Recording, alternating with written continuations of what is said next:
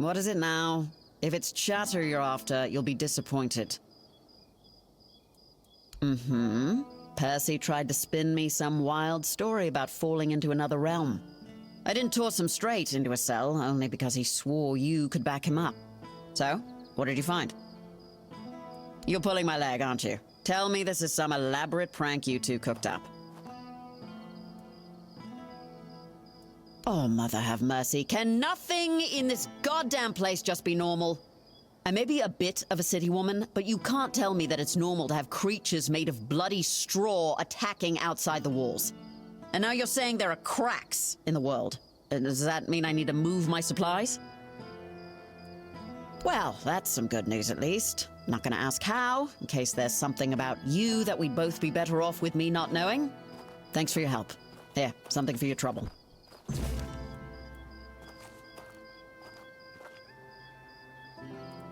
Born and raised, yeah. My family has an estate in the country, but I never liked going there. All that space and nothing to do. Not even a good tavern in sight. I don't know how people live like that. That I can't, but what passes for entertainment here just makes me want to leave this shithole and never look back. Can't wait for the order to march out. There might be something, but look, it's got to stay between us, right? No, of course not. Just don't want Denholm getting on my ass for wasting time and resources. Even though it'll be your time and my resources. Well, one of our warehouses burned down recently. Completely down to the ground. When I checked what was left, I found a trapdoor. It must have been hidden under the floorboards, because I never saw it before. Problem is, it's sealed shut, and the lock looks ancient. Denholm told me to leave it alone, but it's been bugging me ever since.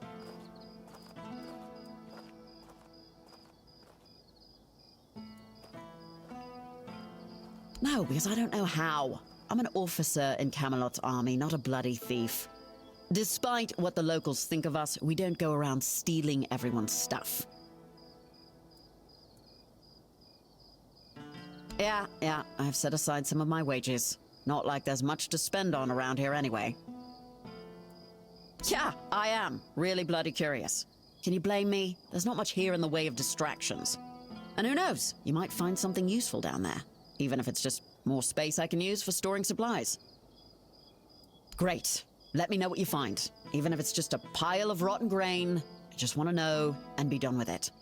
Oh, and one more thing. There's someone in Connacht who could help you get through that lock. Name's Filth. Lives in what's left of the Eastern Tower. Yeah, well, of all the things I've seen in Connacht, at least I know Filth is harmless and knows everything that happens around here.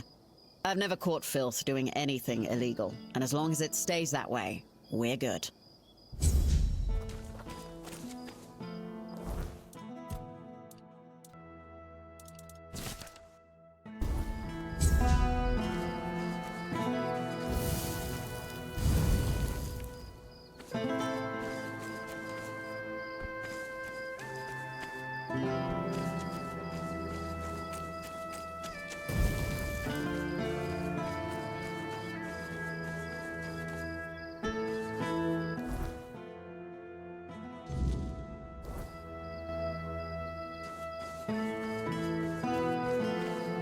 Back again? Well, time is short and so is my patience.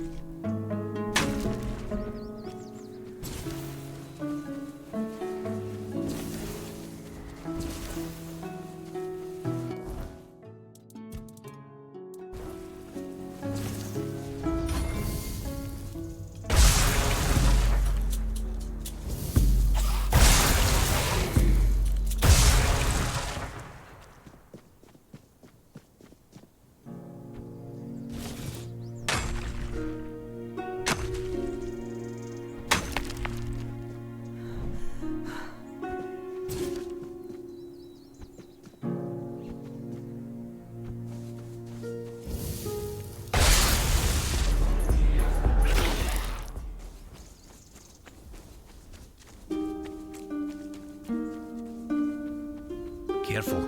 What do you seek? I assume he fell victim to his own pride and tried to make himself immortal. Typical. That man had no sense of self-preservation. He thought life was driving him.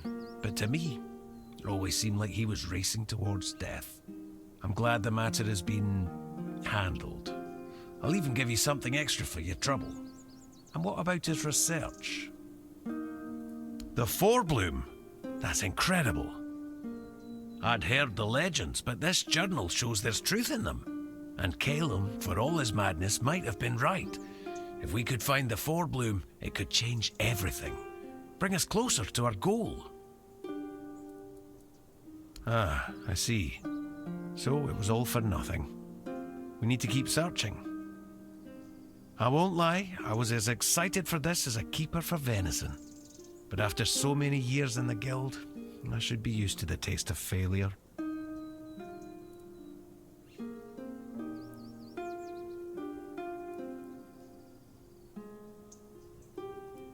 Ah, you're right. Tomorrow's another day. Each of us has our own research to pursue, and that's what counts. May Mother's strong arm embrace you.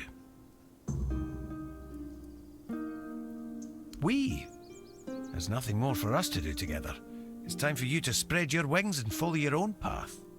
And if that path leads you to find Phaedros, then your career with the guild will keep progressing. Last I heard, he'd taken quite an interest in the statue of the great beast near Quanacht. Strange fascination, even by our standards. And yes, my little owl, you're off to find another mad alchemist. But really, what else did you expect from the Alchemists Guild? We're all a touch eccentric, aren't we? Don't worry about me. I'll focus on my own work. Something tells me our paths will cross again. Our guild was indeed formed in Camelot, but we fled from there long ago. The Thoid tribe is the only one that doesn't fear magic. The guild saw my potential and invited me into its ranks. May Mather's strong arm embrace you.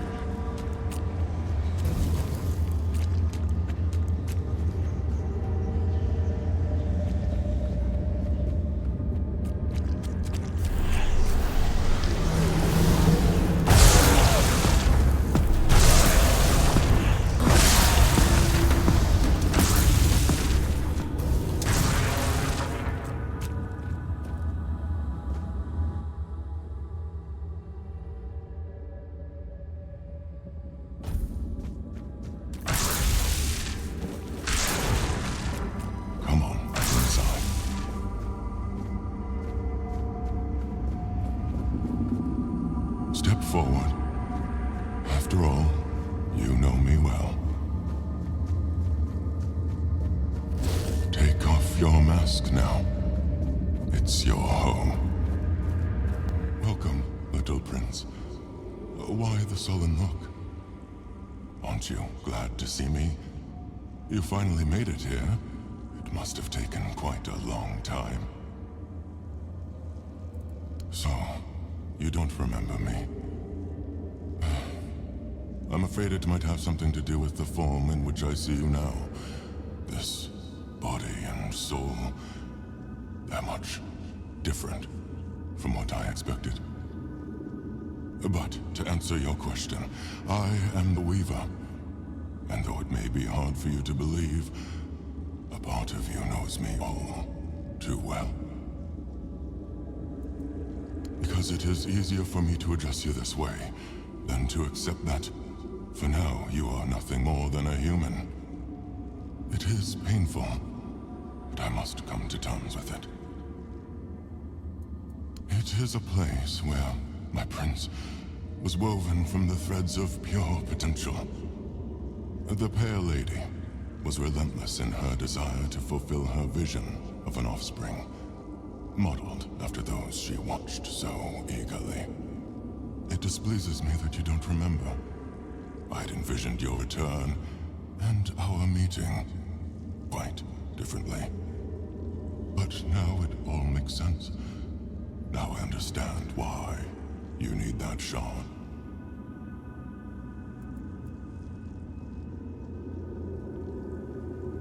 Nothing remarkable. I simply exist in this place. That you ended up here is a mere coincidence. None of my kind have visited me in a long time. Yet here, I used to weave new Avalonians, shaping them according to the intent and thought that accompanied their creation. Now the thread of potential is much weaker, though it seems this place stirs to life again as the weirdness returns. She was a powerful Avalonian, one of the oldest. She saw and desired far more than the rest of her kin, who were suffocating in their growing decadence. To live a life where one can do anything, it loses all meaning.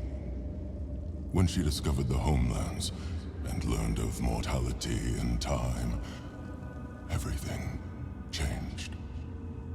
We were no longer the same. It was as though the mere awareness of such things altered the way we lived. We could no longer exist as we once had. It planted a new emotion in us. Fear. You will find traces of her here as well. The stone tablets bear her mark.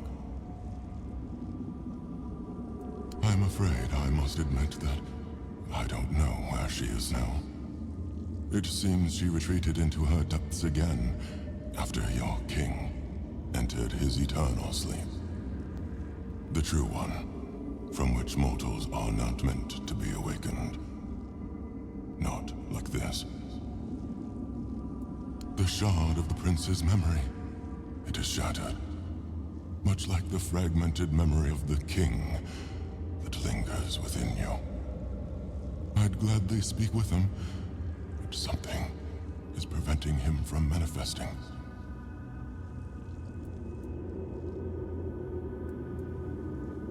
I don't know all the details. What I do know is that after our prince was murdered by our kin, his potential, what you humans might call his soul, did not perish. The prince had been deeply fascinated by humans, and so after his death he manifested in one of them. That person was Arthur, the man who would one day become your king. He followed his mother's fascination. Much like her, he gazed upon the land of men. But he wished to go further. He wanted to experience being human. So he built the menhirs, meant to repel the weirdness. For us, the Four Dwellers, such a vision was both heretical and terrifying. Some of our kin could not forgive him for it. So, they killed him.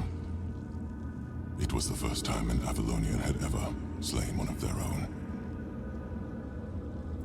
Arthur was a man, mortal like any other, but ambitious like few. But yes, his origins are far more complicated. This is a tale of two separate realities that, through a series of specific events, began to intersect, forming a single knot. Everything that has happened, and everything that will happen, is meant to decide the fate of that knot. And we, as you likely already know, have been pulled into all of this. Our meeting comes to an end. I regret how brief it is, but my role in your story was always meant to be insignificant.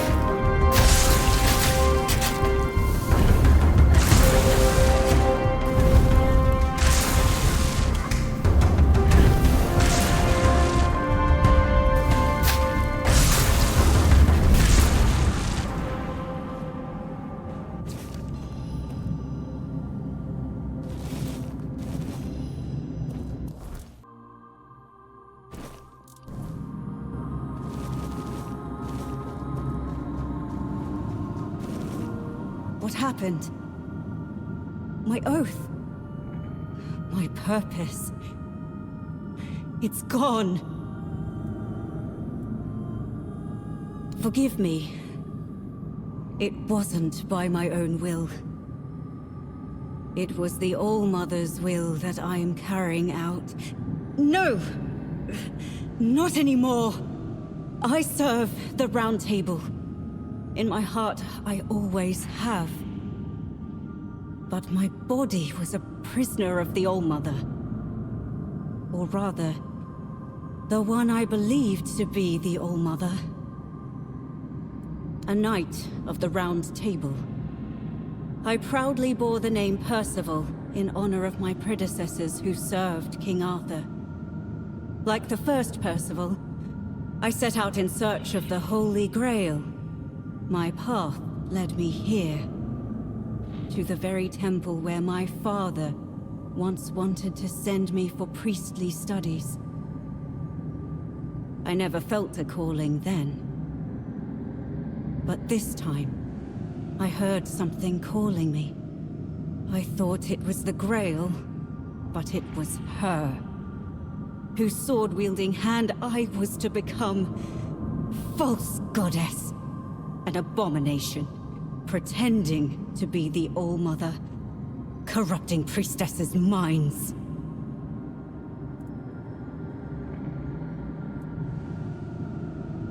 A Four-Dweller. One of those four-armed creatures King Arthur fought when he first arrived on Avalon. The kind I'd only read about in old texts. I did. I challenged her to a fight for claiming to be a goddess. For poisoning the minds of the innocent. She said she would prove that she was the only goddess here. She forced her way into my mind, and made me vow that if I lost, I would become her paladin and serve my only true All-Mother forever. I was vanquished. I knelt powerless before the false All-Mother as she pierced me with a blade. I was to carry it within me always as a sign of whose power I am now under.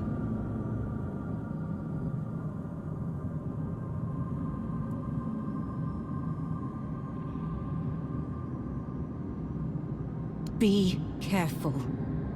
If you face her, fight fiercer and strike harder than I did. Above all, don't let her into your mind, or she will turn your own body against you. I spent countless years trapped in the prison of my own body. Bound to her service, where I found the truth. The only truth worth knowing. I was blessed with her presence. I warmed myself in her radiance. Why did you take it from me? Why? I'm sorry. The oath I swore to the false All-Mother. I can still feel its binding. Even my death did not entirely free me from it.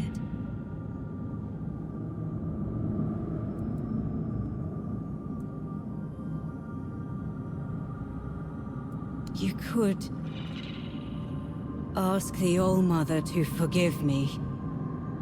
Beg her to grant me the honor of being in her presence once more. No. Kill her.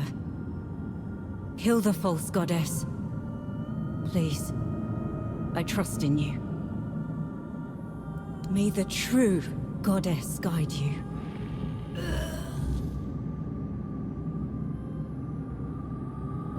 And now, in the ruins of the Temple Sanctum, find my sight.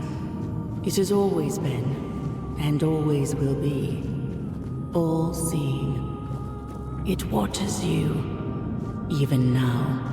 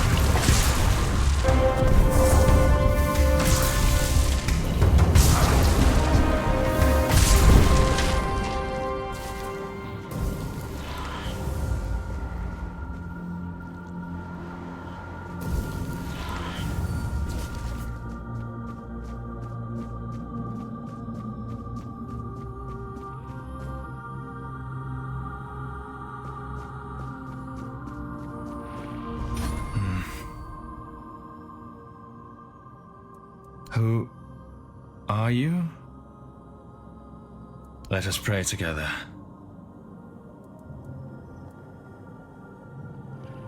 Oh, you have no shell. No shell. Where, then, have you misplaced your wings? I do not know where you should search, but the priestesses may know. Ask them. I came here only to ask the All-Mother when my shell will fall, when I will be able to see my wings and rise above this land. The descent of divinity. The All-Mother has graced us. I came here only to ask. Shell. Wings. The shell. A gift sent by the All-Mother. A gift that one day will fall away. And when that day comes, I will be able to unfold another gift. Wings. They will let me fly away when the dawn of the end comes. All-Mother, show us a person or something that will make us feel purpose. All-Mother, make your presence with us even stronger, even more. Lift from our shoulders and backs the burden that is loneliness. All-Mother, I make this plea for myself as well. When the time of decline comes, let me shed my burden, so that I may spread the wings you bestowed upon me. Would you like to add something? Yes. Prayer is everything. Everything.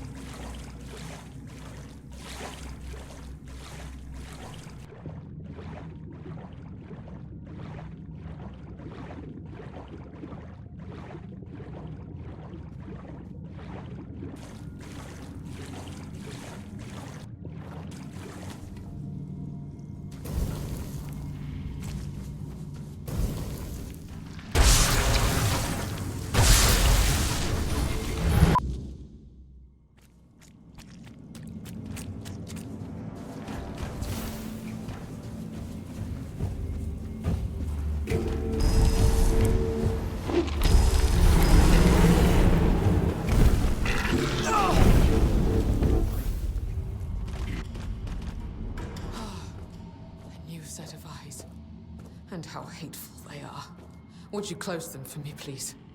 Could you grant me a tiny scrap of mercy?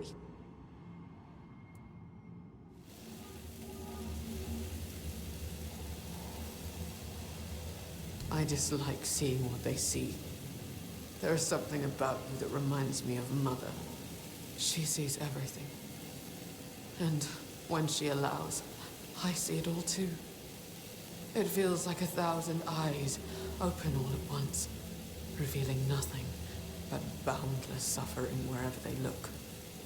Your eyes seem to carry a similar kind of rot just around the edges. It's as if you were a freshly slain corpse, yet to comprehend your fate.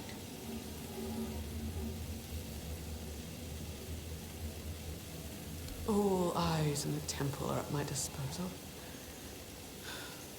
Whether I wish it or not, my sight knows no limits, and all that I see, I take upon myself.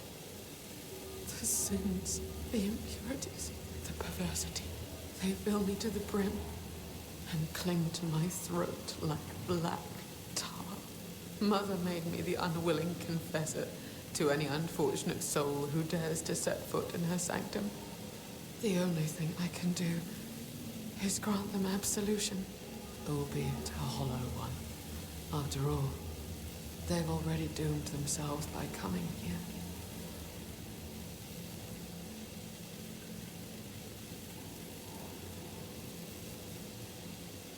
Mother is bathed in shadows and swaddled in raven wings. All she ever sees is misery. The day she appeared in the temple, she requested a frith from me.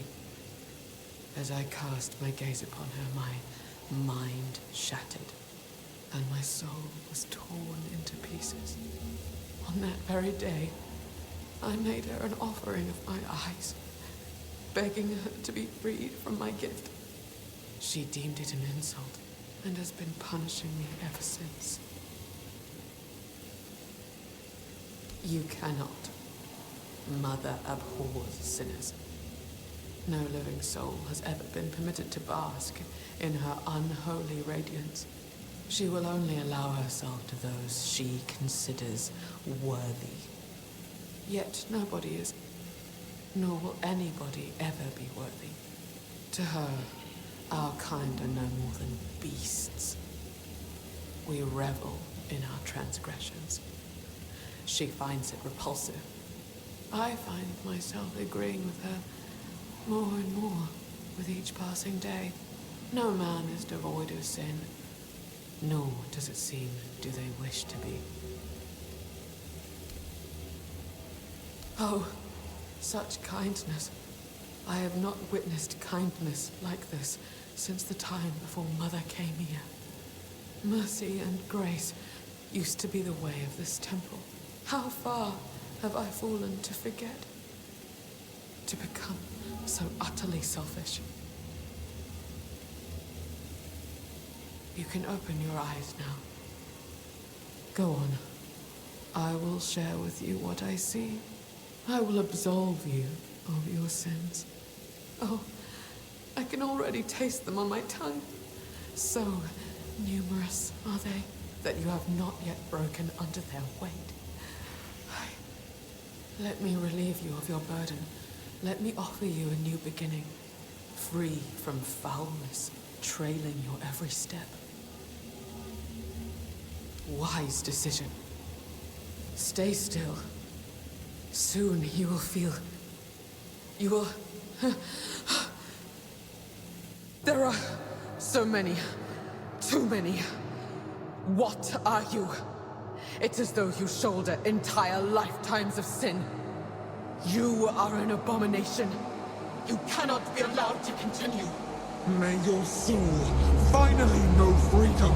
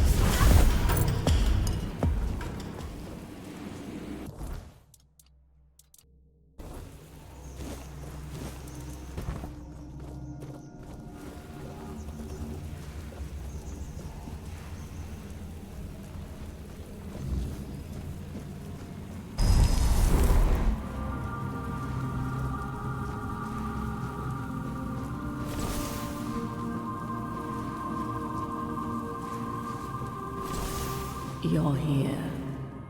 I felt your steps through this place. The tethers holding me, unraveling one by one. Are you here as my savior? Or have you come to seek my mother's embrace? I am a mother. Yes. I have known a mother's joy. And I have endured a mother's sorrow. I carry the grief without a name. The kind that rends the heart and bleeds it dry. Year after year. Hour after hour. I have walked Avalon for centuries. Its soil watered with my tears. My arms empty of their sweetest burden. I came here seeking solace, hoping to staunch the loss before it consumed me.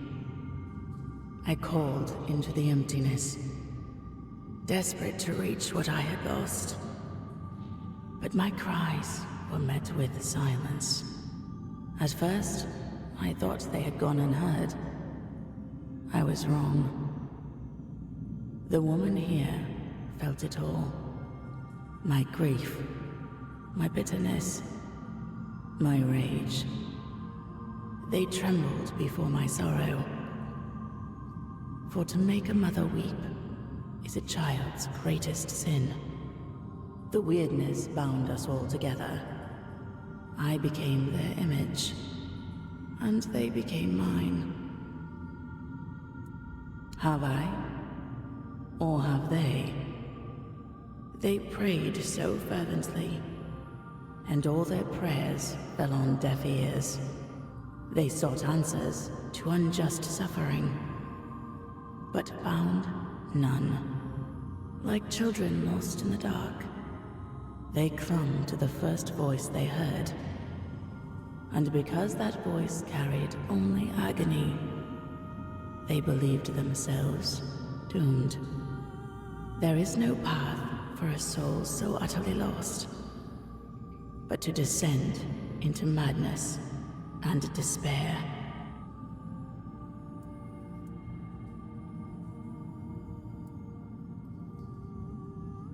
You have already freed me.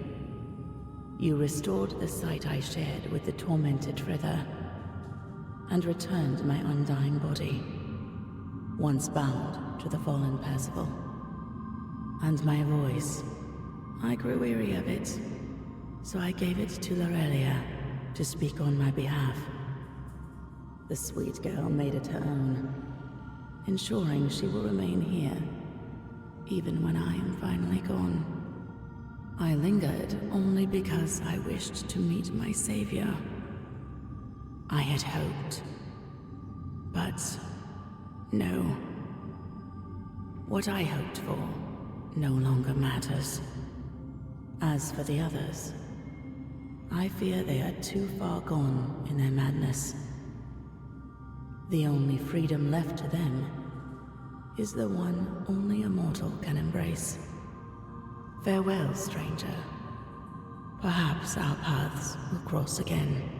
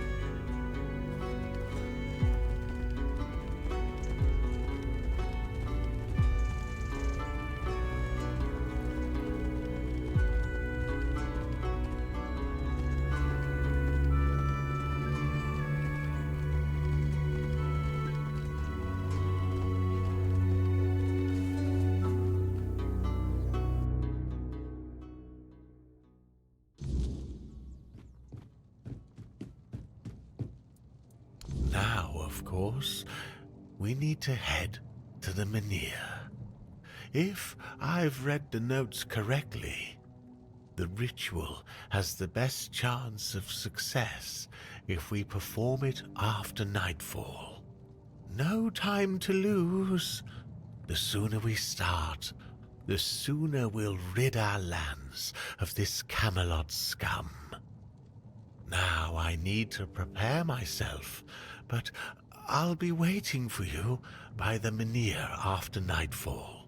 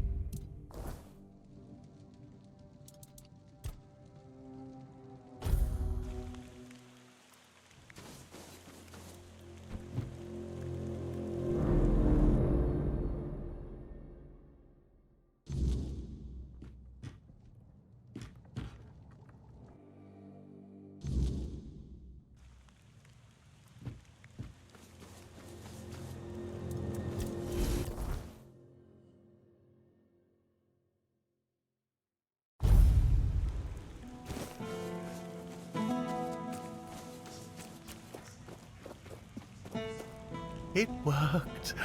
I can hardly believe it. I mean, I hoped, of course, that the wisdom of my predecessors and our shared effort wouldn't fail, but you know how it is. Something could have gone wrong. Is everything all right? You don't look too well, eh? Hey?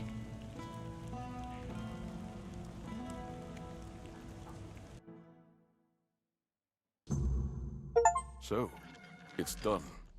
The Menhir is alive once more. This changes everything. The people of Connacht will stay where they are. I wouldn't be so sure. The weirdness continues to thicken, and the threat of the Red Death hasn't passed.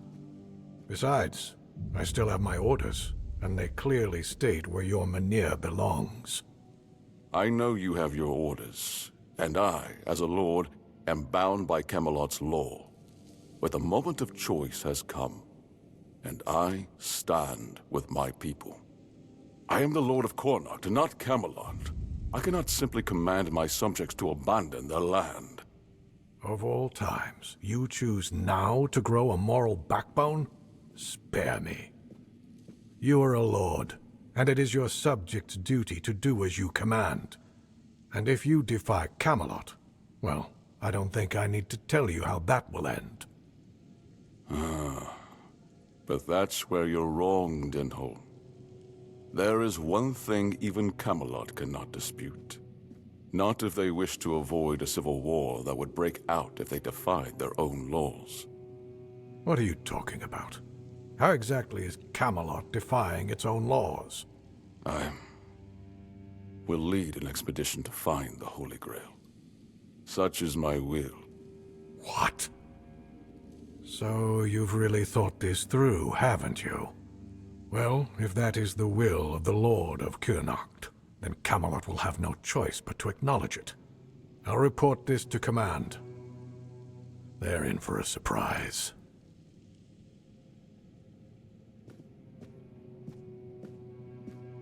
You heard what Denholm said. Camelot won't dare touch the Menhir as long as I lead the expedition for the Holy Grail. Once again, I need your help, and I'm prepared to grant whatever you ask in return. People I can trust. Those prepared to share the burden of this quest for the Grail. I can't command anyone to join me. They must come of their own free will. Otherwise, the expedition is doomed to fail before it even begins.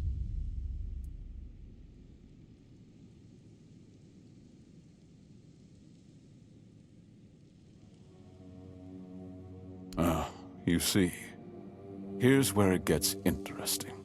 I've turned Camelot's own ancient laws against them. No one can dissuade the Seekers of the Holy Grail from their sacred mission. That means all orders are effectively halted until I return. With my shield, or on it. It also ensures the people of Kurnocht have the right to remain on their land until I'm back. Which, of course, means I don't have to return at all. I don't, but perhaps I should. A lord's worth is measured by the respect of his people. It is time I follow in the footsteps of my noble ancestors and do what must be done. If this holy mission can secure peace for my people, then I shall see it through. And if by some miracle we return with the legendary Grail, all the better. My word would become law, and the men here would remain untouched. By Camelot's own laws, I could even lay claim to the crown should I wish it, but I don't. My Kurnocht is enough for me. I would start by looking among the most trusted and eldest members of our community. Our priestess, Niante, possesses unparalleled talent in healing. Her presence would certainly be invaluable on such a journey. Then there's Urfa, a skilled blacksmith who was once a formidable warrior. If not for the strength of his muscles, the strength of his mind could prove useful. You might also speak with Maggot. Since the two of you have been through so much together, he may not be thrilled by the idea, but I believe his heart is still in the right place. A sense of purpose in what we're about to undertake. Now that the men here is reignited, it no longer matters whether we return with the Grail or not. The people will be safe and retain the right to stay on their land. Each of them must understand that this is about the fate of all Kurnocht. For some, it might even serve as a chance for a change in scenery. Approach them with kindness. They all have their demons, and I doubt they'll agree to join if they are still tethered by unresolved matters. Thank you, and believe me, the reward you'll receive for your efforts will be priceless. And whether they agree or not, I will set out for the Grail. I will buy more time for Kurnocht.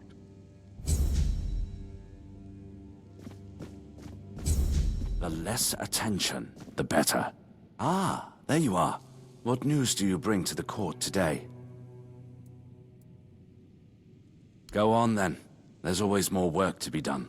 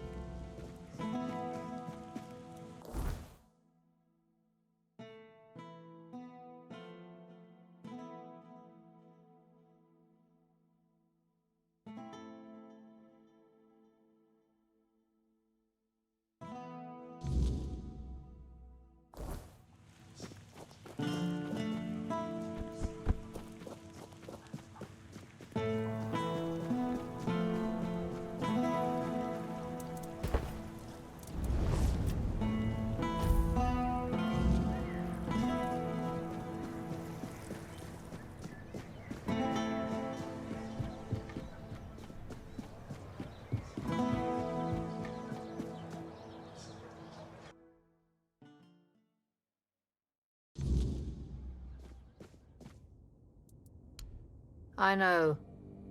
I'm the one who suggested it. It's the only way to get Camelot to hold off moving the Menhir. I can't leave the people of Kurnocht right now. Not after everything that's happened. I owe them that much. And here, working in Ailey's hospital, my talents will do more good than chasing a mythical chalice that might not even exist. Tell Yvain I'm sorry. I'm sure he'll understand. He'll do just fine without me. All Mother guide you.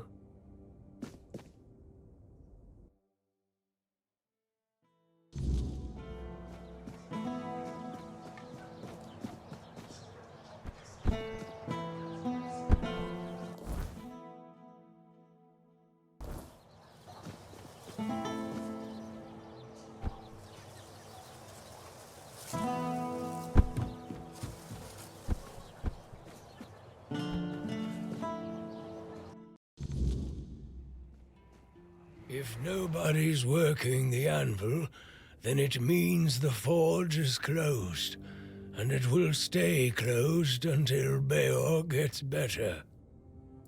A woman happened. He was chasing after some girl he thought the world of. Almost ended up shuffling right off this mortal coil. One time he went to see her and didn't come back for 2 days. I looked for him all night. It was only in the morning that I found him. He was all the way on the outskirts of Kurnacht. Alive, but barely. Afterwards, he seemed to be getting better. Everything went back to normal.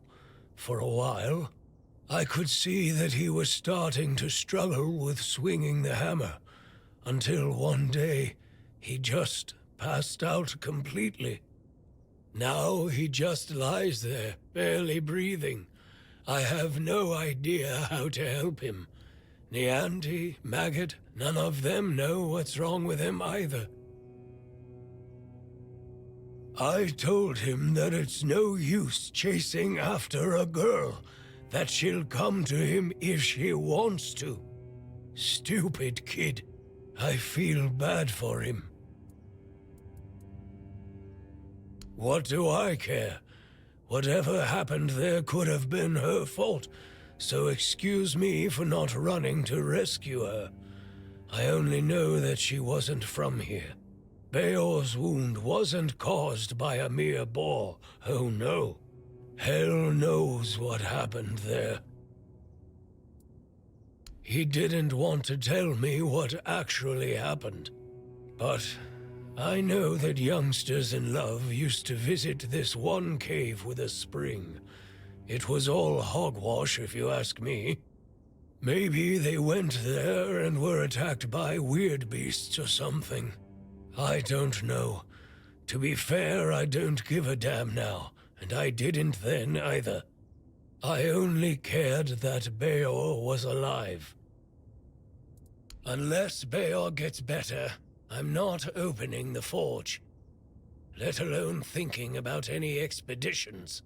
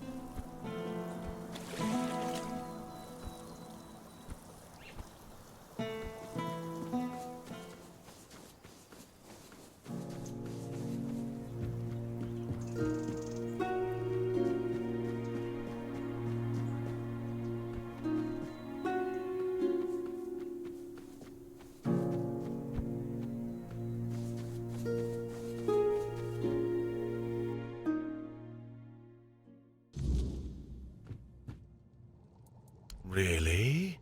What for? The Menhir burns beautifully. Nothing bad can happen now. Ah, yes, that makes sense. I can see it now. And he sent you to me. How unexpected. But honestly, I'm not worthy. And I don't think I ever will be. What use is a scatterbrained pseudo-druid who's been abandoned by Mother Nature? I'd just get in the way. Or worse, I'd put everyone in danger. The maggot inside me is still strong. I know it. That's why I have to stay here, to protect others from its influence. Tell Yvain I'm sorry. I'm honored he thought of me, but I can't join this expedition.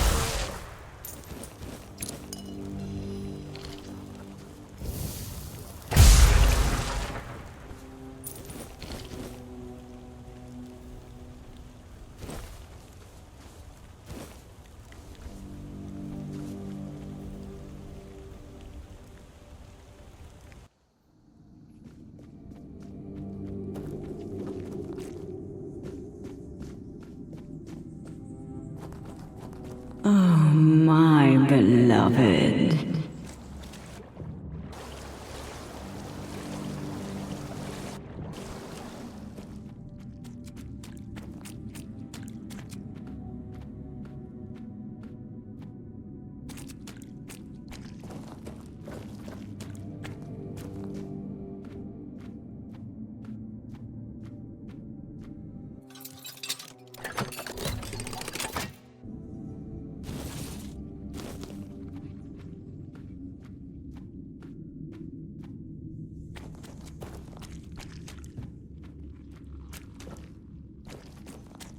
But you broke mine. Don't worry.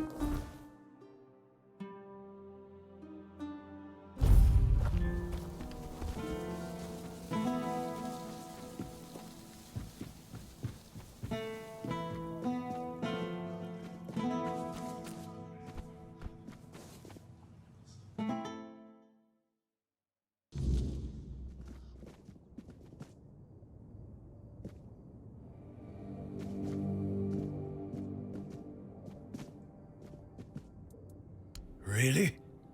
Well, if this can put Beor back on his feet...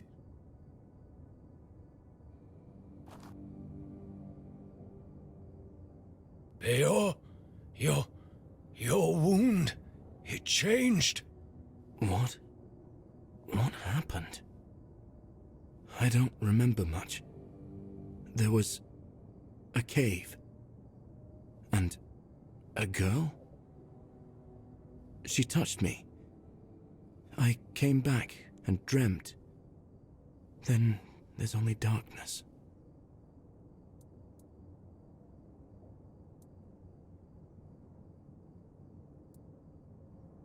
That's right. And what did I always tell you about chasing after women, huh? She stole your heart, literally. You're lucky this one showed up. Otherwise, I never would have guessed you fell in love with a weird beast. Better take this to your grave if you don't want to become a laughingstock. You're so smart, and yet so stupid, eh? Well, get up now, whelp. Enough lazing about. You can take it easy today, but tomorrow you're back in the forge first thing in the morning.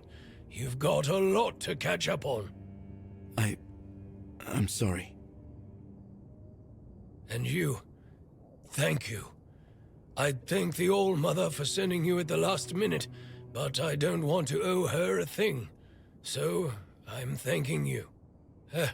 Finally, we can get back to work. I missed it.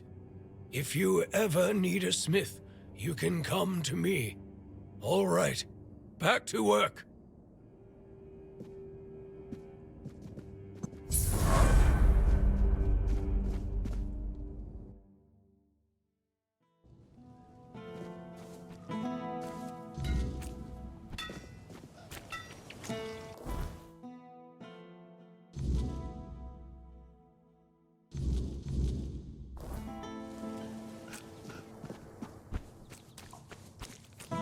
Back again? Well.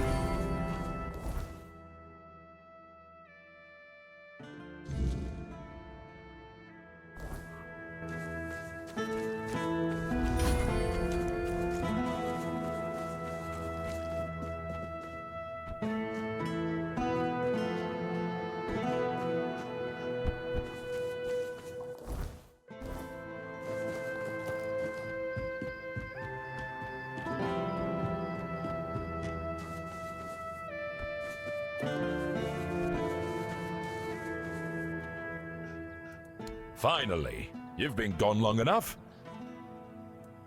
Herbal brew? Exercise?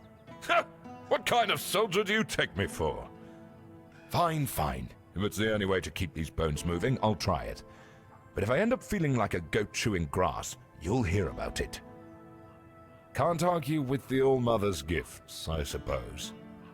Thanks, I guess. You know, I might not be everything I used to be. But maybe that's all right. A soldier who can't fight isn't much of a soldier, is he? Still, you've done your part. I'll make it count. Thank you. Truly. Huh. If only my lads were as dutiful and dependable as you are. A man grows old, but he stays a fool, holding on to the idea that service means something. That being a soldier is a calling. But the young ones, they don't see it like that anymore. Oh, something happened, all right. I had a second-in-command named Gert. Good lad. Or so I thought. Trusted him like a son. And what does he do? He deserts! Can you believe it? The last person I'd ever suspect of such betrayal. Unless, of course, there's something I don't know. Some of the lads said he'd been acting strange lately. Then again, maybe it was just nerves, afraid of getting caught in the act. Honestly, I don't know what to think anymore.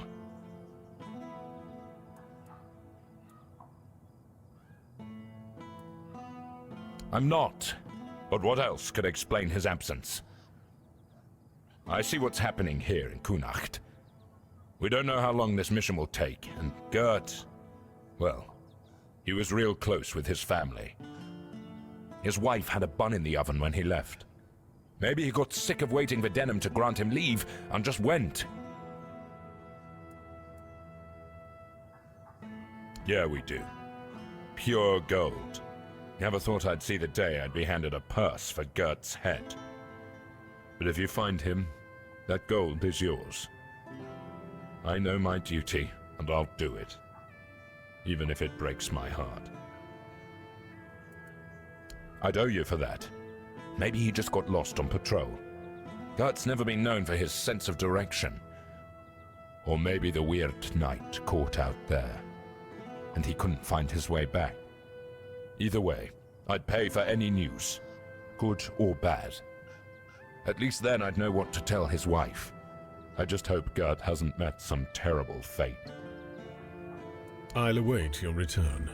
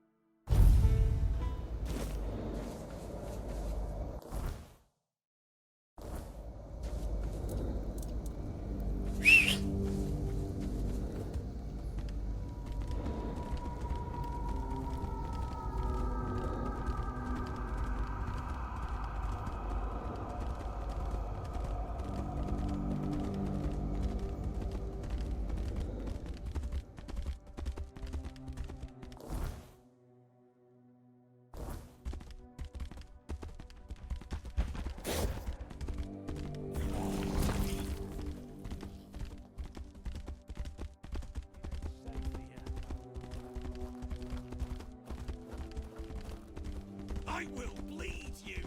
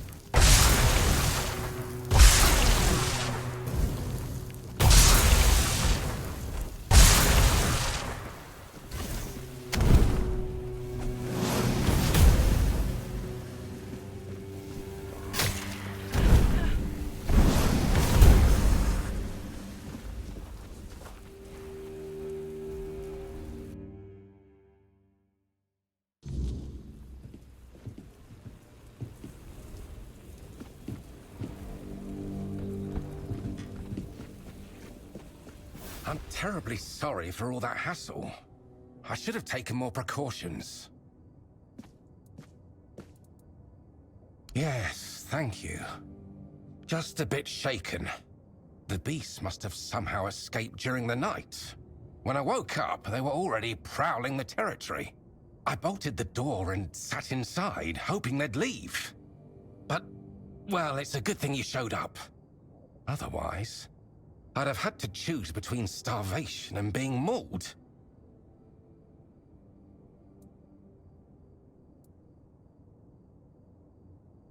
I lured them. They may be built differently and are quite tough, but most of them still need to eat, and they are susceptible to certain poisons.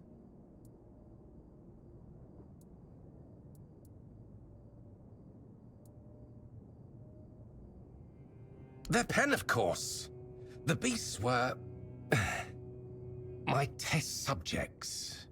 I was sure they were significantly weakened and wouldn't pose much of a danger. I must have miscalculated. It's a bit of a shame they're all dead.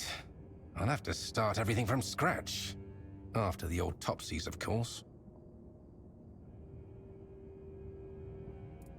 That's an interesting question. Perhaps they've been in captivity long enough to forget the concept of freedom. Or maybe they've claimed this place as their territory, and the only thing that changed was their living conditions.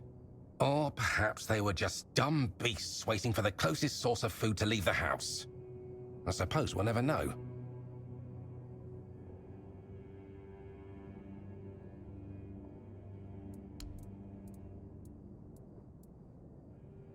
The weirdness and life itself. I don't know if you've ever dissected a weird beast, but their bodies are quite fascinating. Nothing is in its rightful place, and, for all intents and purposes, they shouldn't even be alive. And yet, there they are, prowling and growling. It's a bit of a miracle, don't you think?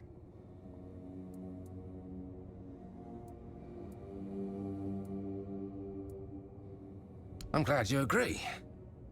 I know it's difficult to see my perspective when, time and time again, creatures like them try to kill you. I rather admire your open-mindedness.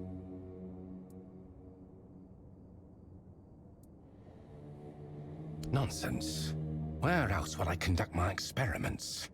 I'd rather endanger just myself instead of, say, the entire population of Connacht. Oh. Did he? Well, if the guild is so impatient for results, they should have sent someone sooner. Now all my beasts are gone, and I'm still missing a crucial ingredient. Yes, I suppose you are. I'm sorry for my outbursts. It's been a stressful couple of days. You see, weird beasts are unique creatures.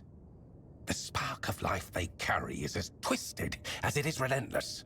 I believe it can be extracted and transferred, creating a being capable of living in the weirdness without succumbing to its corruption. With everything that's been happening on Avalon, I believe this is the only way we can survive. The pigs can already do that. Well, yes, but they hardly escape disfigurement and corruption, do they? Besides, they only skirt the edges of the weirdness. They don't dwell deep within the fog. If I succeed, humans will be able to live in the weirdness freely, no matter how dense it becomes. The heart of a Fae, well, the Fae, to be precise. I'm not interested in the heart of some half-feral beast from the host. I need something far more powerful. I've heard of a Fae that calls itself Foxglove.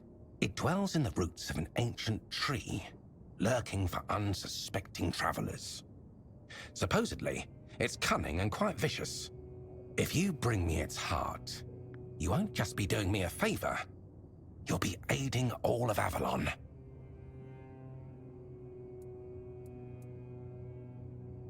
Me? Of course not. I'm just a scientist. I doubt I'd have survived such an encounter. I've only heard rumors.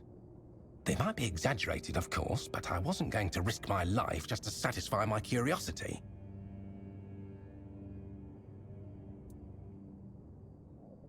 They are powerful beings that seem to only half belong to Avalon. They have their own realm, and don't appear to care much about the weirdness. They are a missing piece of the puzzle, I think. I may be wrong, but every theory must be tested, shouldn't it?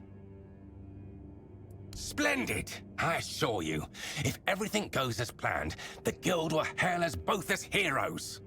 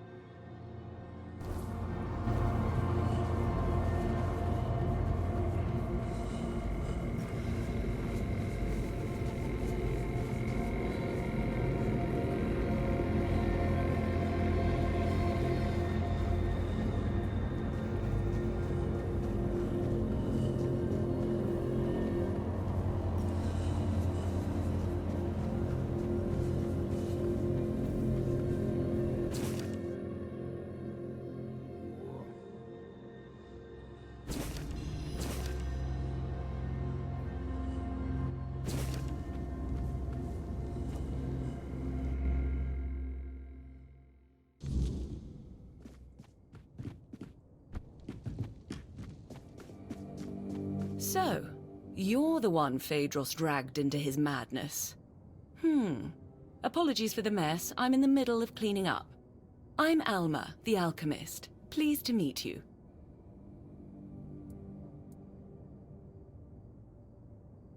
I won't deny, I'd have preferred to meet under much more favorable circumstances. I feel a bit like I've been caught at the scene of a crime, which, in a sense, I have.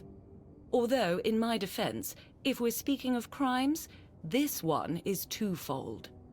Phaedros's reckless experiments had to be stopped. The Guild warned him repeatedly that he was crossing the line. Unfortunately, yes. The rules of our guild are clear. Crossing the established boundaries results in consequences, and those consequences grow more severe with greater transgressions. It's not like he wasn't warned. He knew exactly what he was doing and the risks involved. Believe me, taking measures like this brings me no joy. But we can't keep constant control over everyone. There are certain acts that simply cannot be forgiven. Phaedros was a threat, not just to himself and the Guild, but to others as well. I'm sorry it had to come to this. First, I need to finish cleaning up here and prepare Phaedros for a proper burial. I'll also secure the rest of his research and materials to ensure they don't fall into the wrong hands. And then I'll have to write a report. Ugh, I hate paperwork. There are so many better ways to spend my time. And then, we'll talk about your next assignment.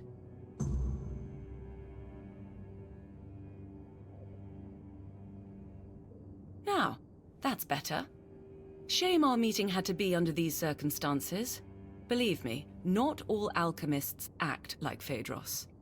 You seem all right, though. Charles's calm demeanor confirms that. Tell me, what made you join the Guild?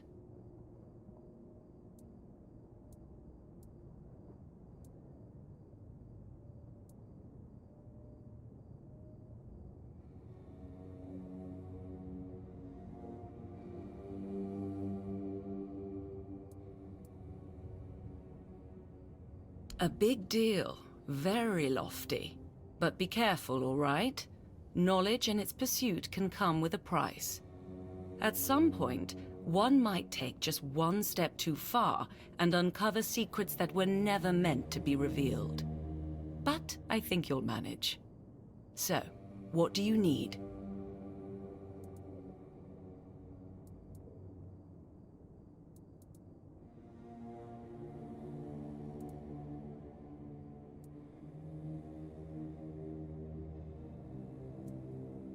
All I understand is that it's a form of ancient magic, supposedly discovered by Merlin, who used it to repel the weirdness.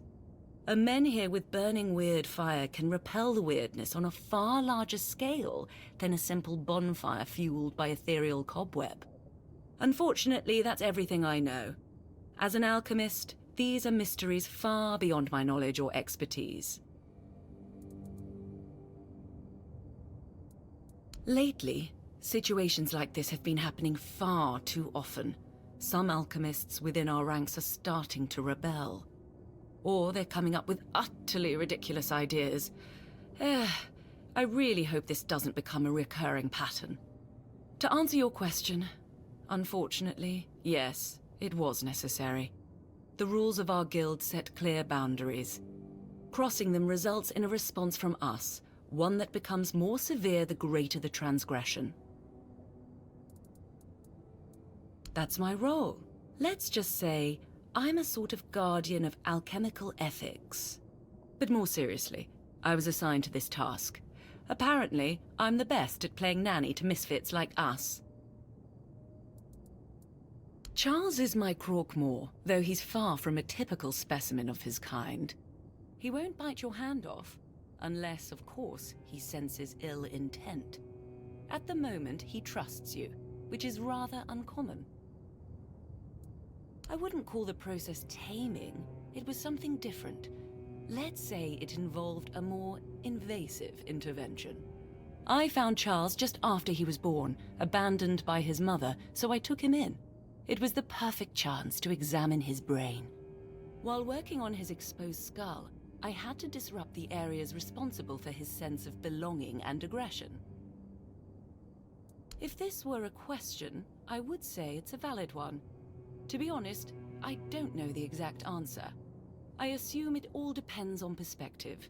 If we accept that the brains of living beings are a kind of biological mechanism, then perhaps I managed to redirect the function of that mechanism so that it operates based on different needs and perceives its place in the world differently. Yes, that seems likely. The hierarchical structure of the regular Camelosian guilds isn't something we strictly adhere to in the Alchemist Guild. Each of us has freedom in our research, as long as we don't violate ethical guidelines. It's hard to say. While we share a guild, not all of us keep in regular contact. Many members aren't as open about their affiliation as I am. They have their own lives and obligations, some of which might be highly conflicting. I'm trying to conduct field research, but the last few weeks have been exceptionally frustrating. I lack the necessary specimens, and I'm not exactly equipped to gather them myself. I'm skilled with a lancet, not a sword. I heard you're trustworthy. But first, a warning. The task I have for you is unpleasant and messy.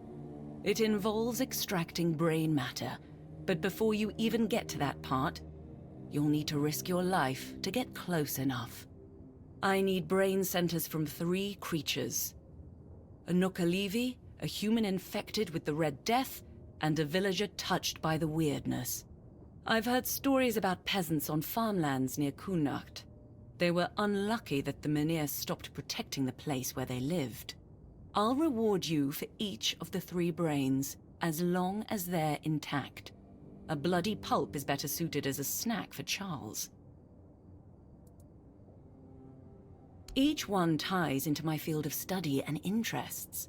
The Nookalivi is the result of the Red Priest's experiments, likely involving the weirdness. As for the afflicted humans, I suspect significant brain alterations occur during contact with the weirdness, as well as in the final stages of the Red Death. The Red Priests have written studies, but I'd like to see for myself.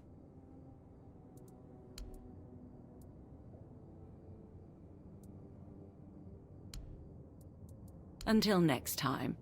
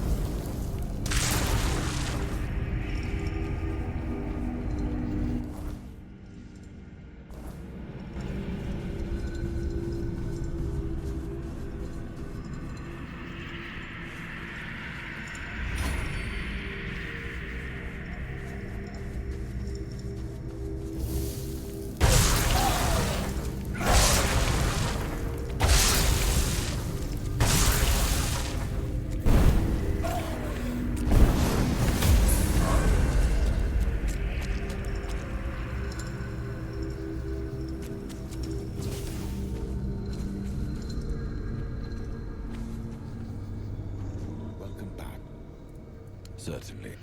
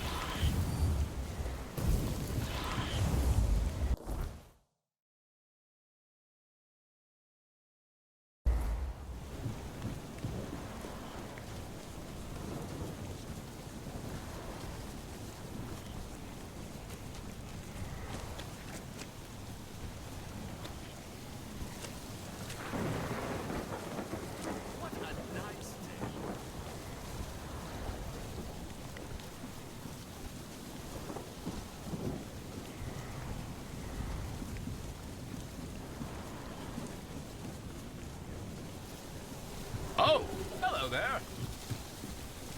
Hey there, traveler. Better not go much further tonight. Strange things tend to assail our lands with the wilderness on the rise. Oh, it's quite the lineup out there.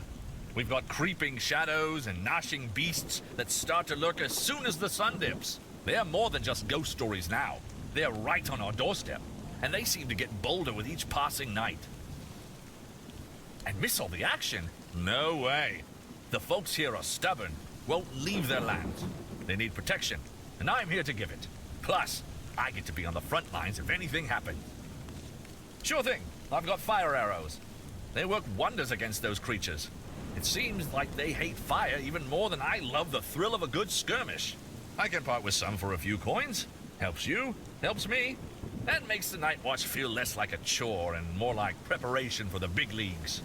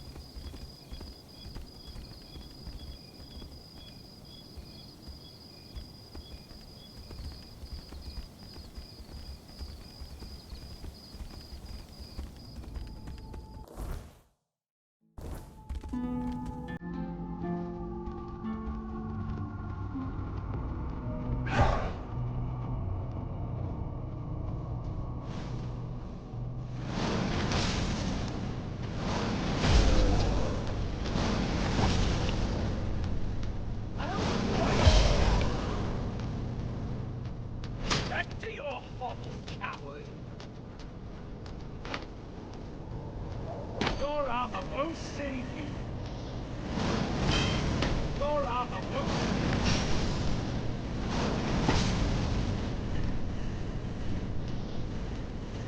I'll strike you down.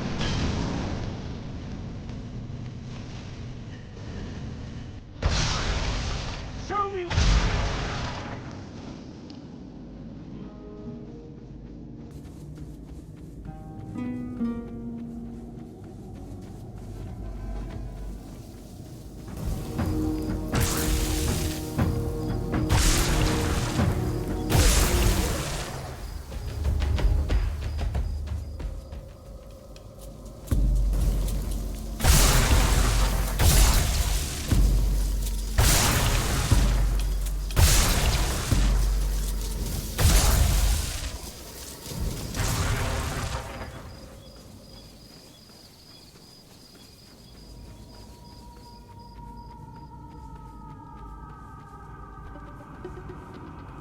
Watch your back.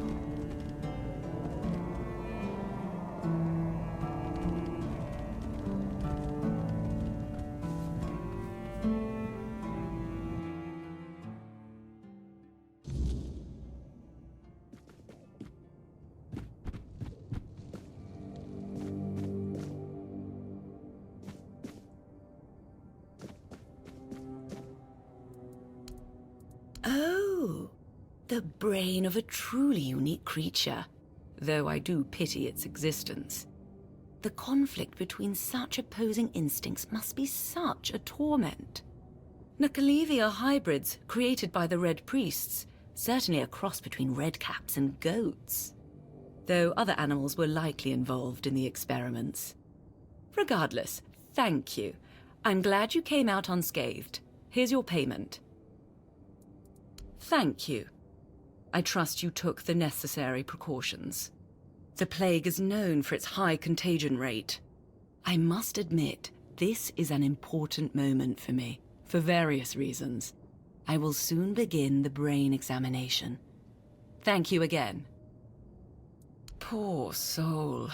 I only hope his consciousness completely vanished, sparing him any awareness of this nightmare. Since the weirdness began to re-emerge, cases like this have sadly become more common. Thank you. I hope that through these studies I can better understand the connection between our biology and the weirdness. So, it seems we're almost done. But I must ask for your help with one last matter. Before we met, I made contact with Dalriata trappers who agreed to get me the brain of an ice weaver. Out of their group, only 2 survived. Let's just say they've been making some threats. I need you to go to the exchange for me. Can I count on you? We initially planned to meet in a location I could easily access, but after what happened to their folks, they've made some specific demands. Here's the location and the gold I promised them for the task. Don't try to negotiate. The amount has already been agreed upon. Once it's done, find me. I'll be nearby. However, I'd prefer not to attend the meeting. It might unnecessarily escalate the situation. Until next time.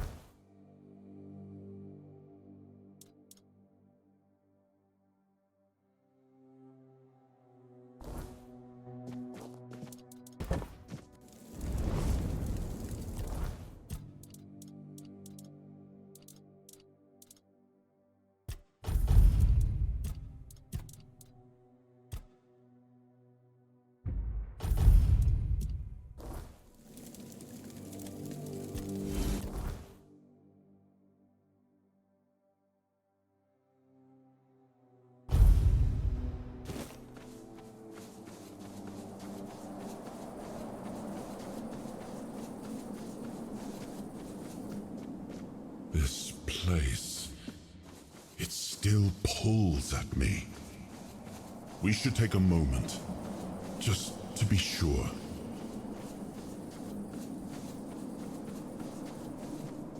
Something of me remains in this place.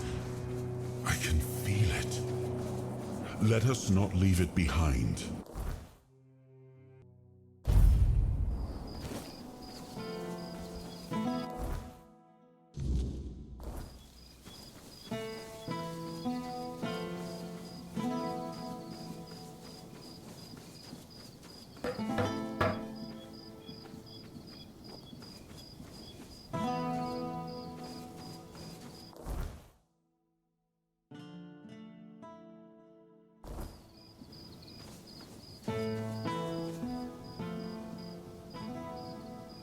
Well, if you want to buy eggs, go talk to the missus.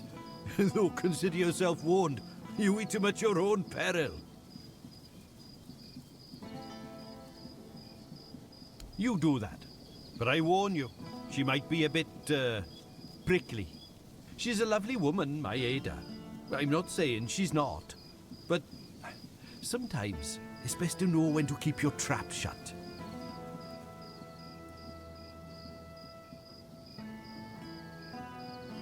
I see. You're with those Camelotians who want to run us out. We've already told your lot. We ain't going anywhere. If we die here, then so be it. And I ain't talking about it no more, so don't even try. Nothing wrong. Well, not at the moment. We'll see how the next crop comes in. It's been a bit hit and miss lately. The wheat was a nice surprise because, you know, it's the wrong season, and we were worried about the glowing. But it turned out to be perfectly good wheat. On the other hand, the turnips were not so good. We fed them to the pig as we always do, and it turned her inside out. Poor thing, eh? Maybe it's time to move the plots within the range of the weirdness repellents again.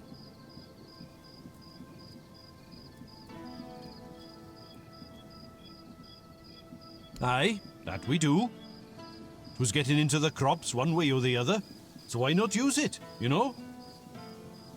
You see, with the weirdness, sometimes it's good and sometimes it's not. But the good has saved us from starving to death. I ate potatoes that looked like pig hearts and carrots that tasted like what standing in a field in the middle of the night feels like. All perfectly nice food. I say, it's better to have a meal that's a tiny bit different than what you're used to, than not to have one at all. Aye, it may be. But it's not like we got a long stretch to live, the missus and I. We didn't want to just lie down and wait for death. And I bet we ain't the only ones. What else are folks to do in this blasted weather? All ready for winter, but winter won't come.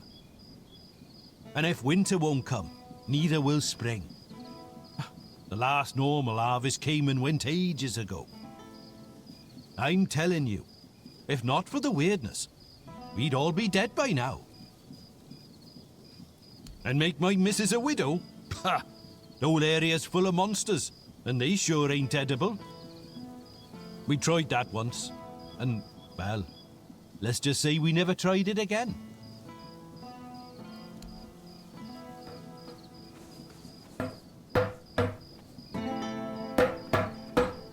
Another one? We've had enough strangers in Kunat. You lot bring nothing but trouble. Which ones do you want to hear about? The Camelotians who want to take Armenir and rob us of our land? Or the Red Priests knocking on everyone's door and dragging people out into the streets? We already had enough problems without all those prissy arseholes adding to them.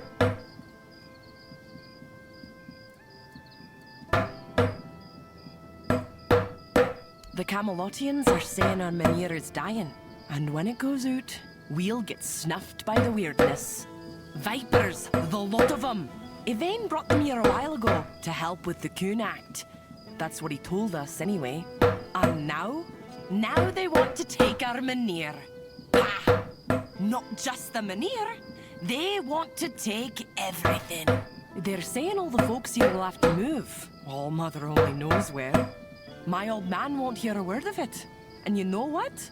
I don't blame him. We've worked too hard. We've gone through too much to just leave everything behind.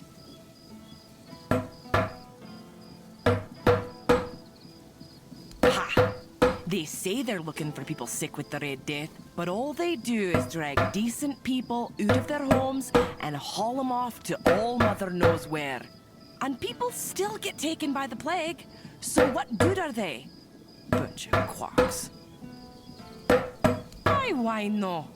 Everyone says me auntie's girl got touched by the weirdness, but she's still here, ain't she?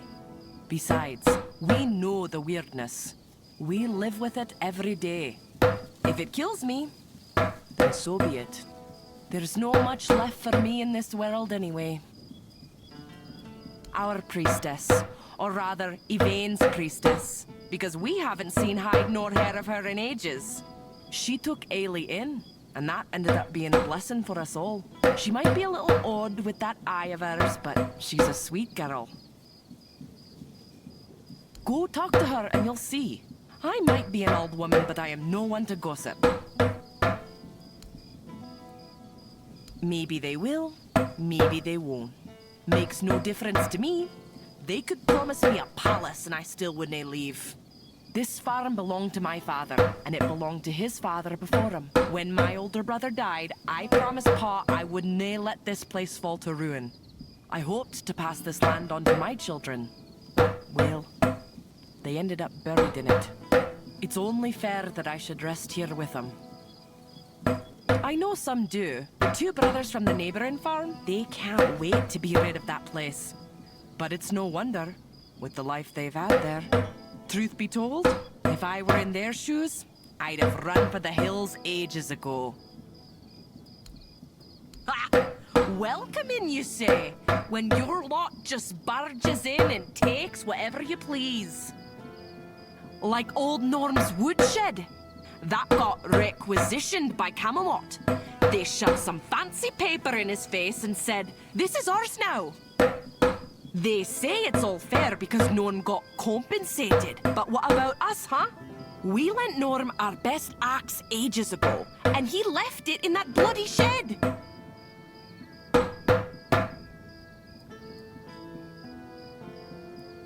Oh, I tried. They told me everything in that shed now belongs to Camelot. And if I've got a problem, I should go take it up with Norm, since they gave him money for it. Problem is, that coward packed up and left the same day. Either they paid him too much coin for that hovel, or he wanted to be long gone before they checked the place over too close. I don't know. I don't go poking around in other folks' business. But Norm, he was a quiet one. Kept to himself mostly, though he had a temper on him. Rumor has it a debt collector came to his place once and never came back out. Not that anyone ever found proof that he had anything to do with it, mind you.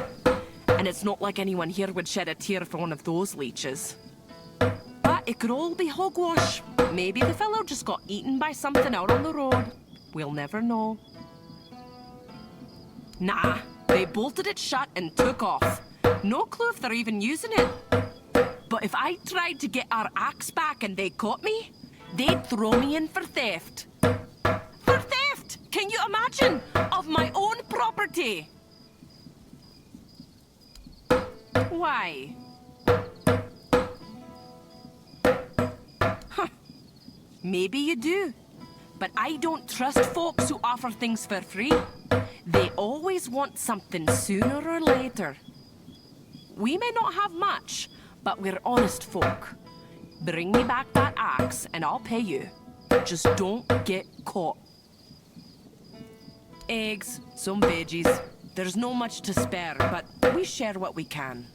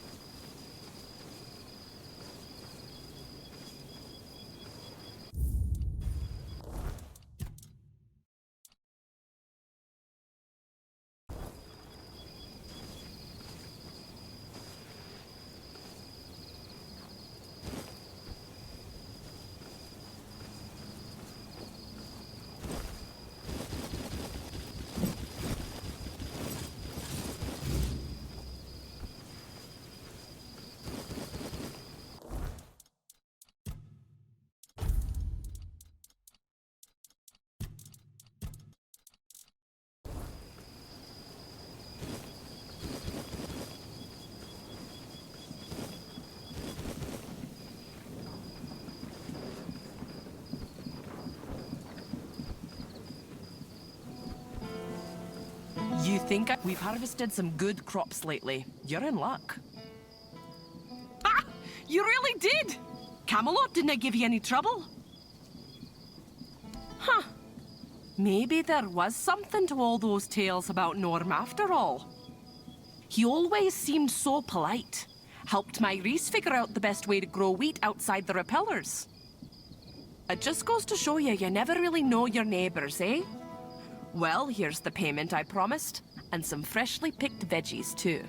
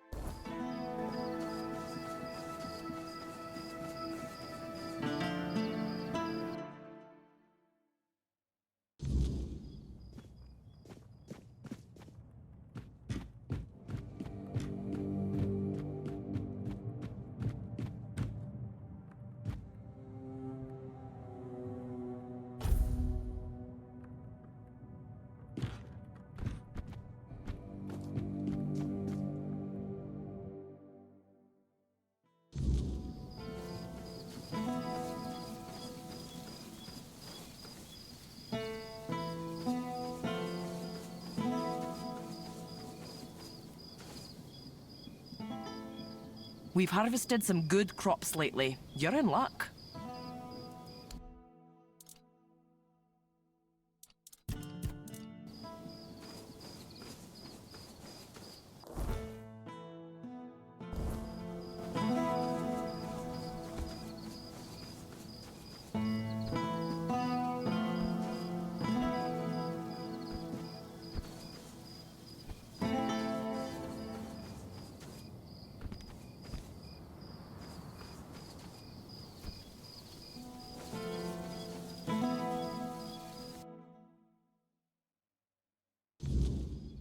Come on. We can't sell Daisy. We're gonna need her. What we're going to need is money. And she'll fetch a good price. We still need to move somehow, don't we? She could pull the cart. We have Clover for that. Look, I know how much this horse means to you, but I've already talked to Dinholm. He's willing to pay a lot of gold for her. But what if we... No, Gil. Enough. We're selling her, and that's that. If you're interested in buying a horse, look somewhere else. This one's spoken for. She'll be going all the way to Camelot.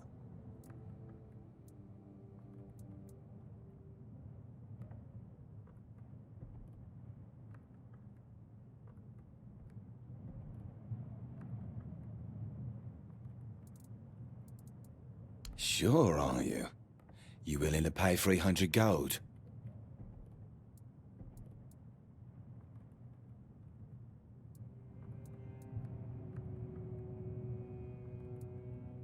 Well, then you won't get Daisy. She'll be going to Denholm in a few days. If you have enough gold by then, we can make a deal.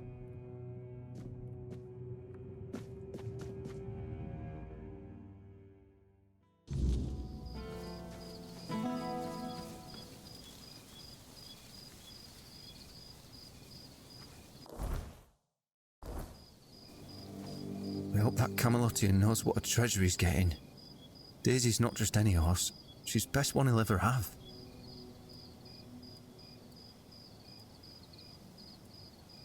I guess. I've spent a lot of time with him. Rob would always send me to the stables when I was getting underfoot. He'd say, "Gil, you go to the stables and don't you show your face again until I tell you." I guess I must have been an annoying kid. I do. Pa had to borrow money from Grandpa to buy it, and he had to work so hard to prove that he deserved it. After he and Ma passed away, Rob kept on working, and I did my best to help. Grandpa was, well, I don't know. I didn't see much of him in those days. And now we're supposed to just leave after everything. It feels like we're letting him down. Have a nice day.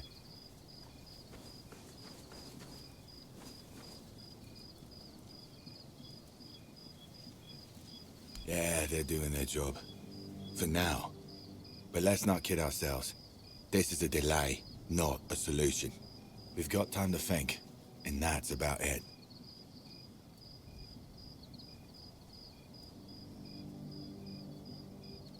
If it gets worse, we'll have no choice but to leave. I just hope we'll have something worth bringing with us when that time comes.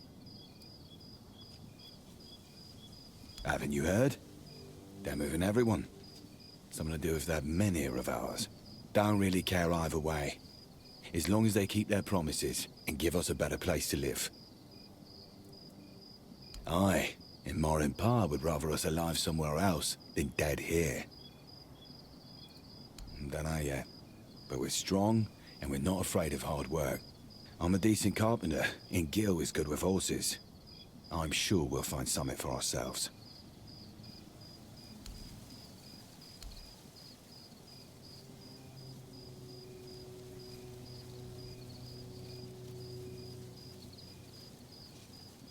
Fine, you have a deal. Denholm will need to find himself a different mare.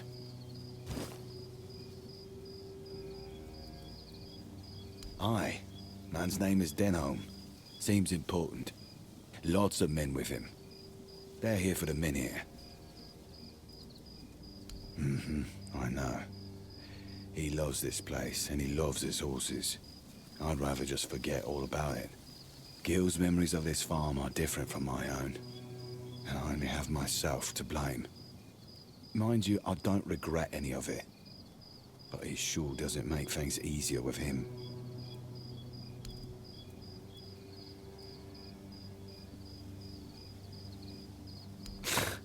That's one way of putting it. His farm belonged to our grandfather. My parents were tending it, but he was the one in charge. Both Ma and Pa died when Gil was still small. That left us with just dear old Grandpa. And he was a nasty piece of work. Drunk most of the time. Built like a barn door. That's something Gil got from him, I guess. He liked beating me to a pulp and telling me I was worthless. I remember he had this belt with a heavy iron buckle, shaped like a horse's head. He got it for his service as the master of horses at Warriors' Fair. Man, that one hit hard. Shame the old codger took it with him to his grave. I wish I could have kept it. So when I'd see some lowlife beating their kid, I could use it on them just like Grandpa taught me. What? Where the hell did you get that? A weird beast? So what does that mean? Grandpa got drunk, fell into the well, and got turned into a monster? Ha! That would have been rich. But strange. Gil swore that he saw him walking into the woods.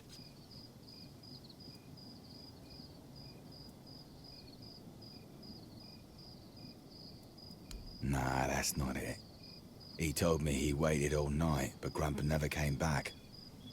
I was in bad shape that day, so I didn't care either way. I don't think we've ever talked about it afterwards. No matter. As long as the old fart's dead, I don't care how it happened.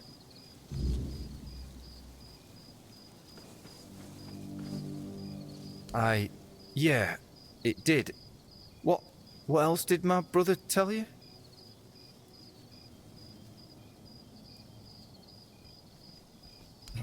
That wailing thing was Grandpa. Oh God, what have I done? I didn't mean to, I swear. I didn't mean to, it was an accident. I was at the stables. It was getting cold, and Rob hadn't shown up to fetch me, so I went home. I saw Rob lying on the floor, he wasn't moving, and he was covered in blood, and Grandpa was kneeling over him, just hitting and hitting. I begged him to stop, but he wouldn't listen, so I grabbed the iron pot, and then he just crumpled. Afterwards, he was so still, I didn't know what else to do, so I dragged him to the well.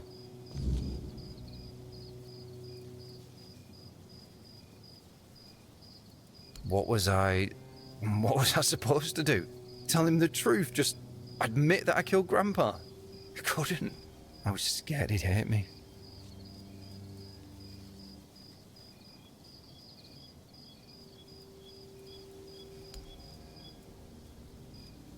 You're right. I will. I'll tell him everything. I just hope he won't hate me.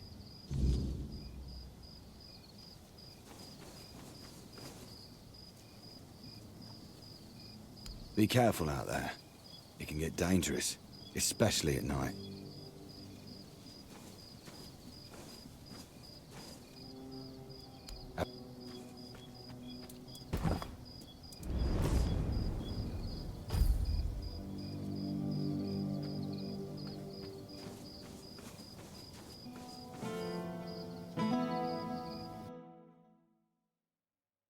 You doing okay?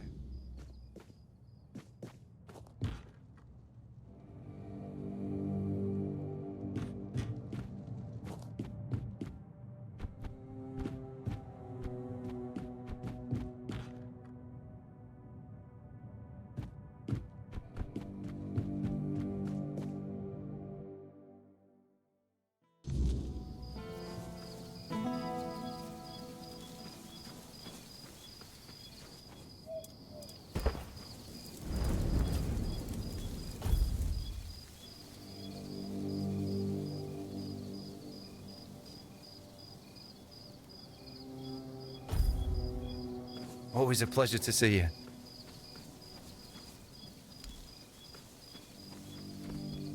Take.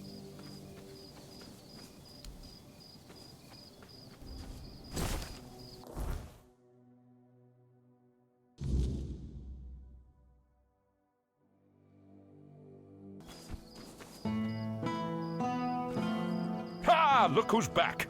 You should have seen me yesterday. I haven't felt this strong in years. Turns out Ailey's tea wasn't just goat food after all. I combined it with a bit of exercise, like she said, and here I am, fit as a fiddle. Guess the All-Mother still has plans for these old bones. Thanks for steering me right.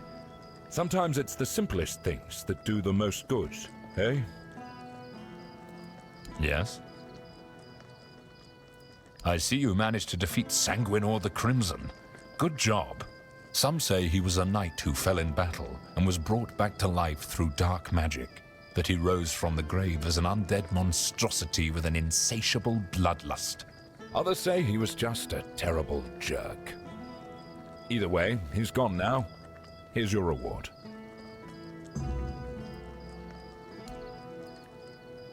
I'll await your return.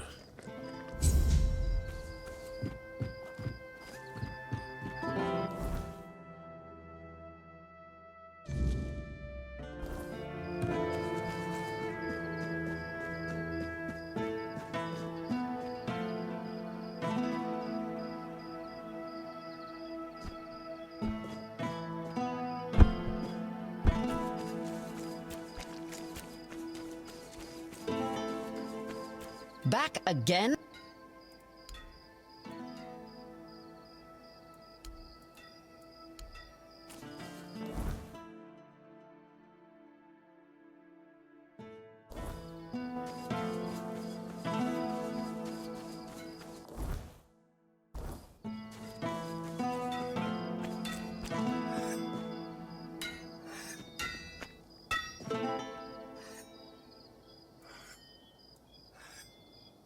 Beor is still wet behind the ears, and his heart is barely beating.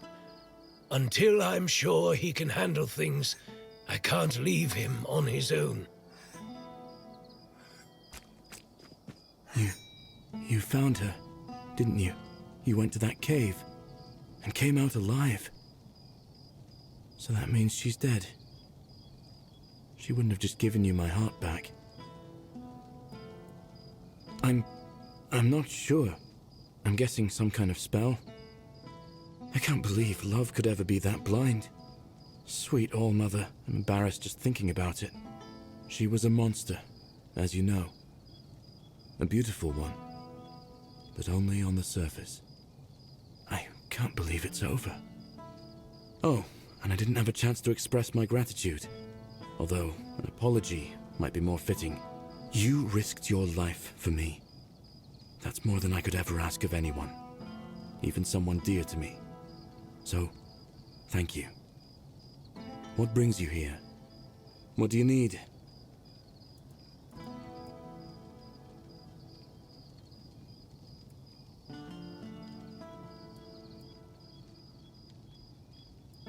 In my eyes, she never looked like a monster. I remember following her to that cursed place. When we were close, she touched my heart.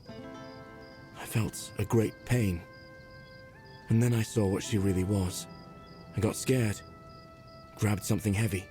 I managed to get away, but inside I felt emptiness. Each morning after that, the burning of my wound grew more intense. He seems stern, but he's a good, hard-working man. This time, though, it's personal. As soon as I was sure I could swing the hammer twice, I got straight to work. I'm forging a new heart. I know I've only just gotten back the one that beats in my chest, but I can feel there's something wrong with it. It's weaker. I am weaker and unsteady. It's easier for me to grow impatient and angry. More things seem to cut me deeper. I feel like my heart is poisoned. So far, all my attempts have failed. None of those hearts had the spark a forged replacement ought to have. They were far too weak to beat in a blacksmith's chest. There's a legend about the Stone Wardens. It tells that they could forge a heart stronger than any other. A heart that could make a man invincible. Sadly, I don't know much more than that. Right now, I'm just banging my head against the wall.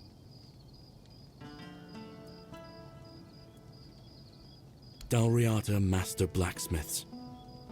If you think something can't be forged, they've likely already found a way to do it.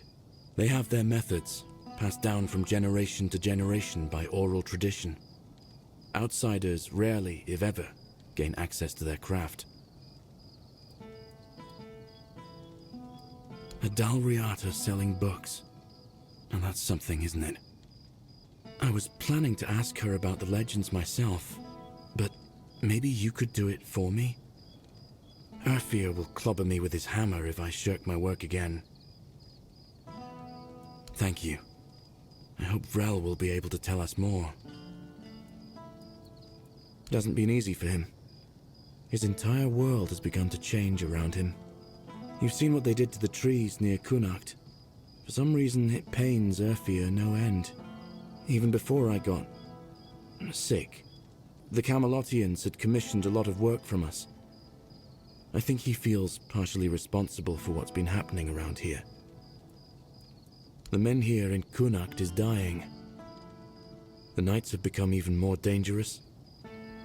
People say the weirdness is creeping closer.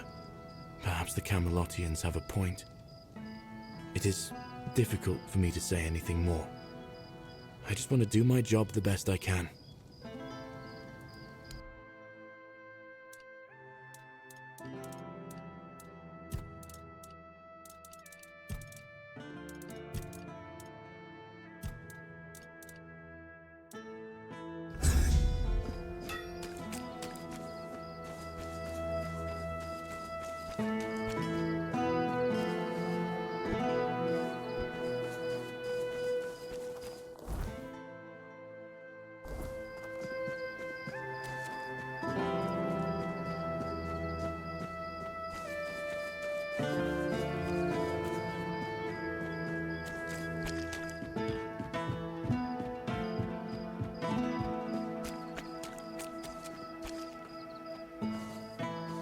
Oh, hello there.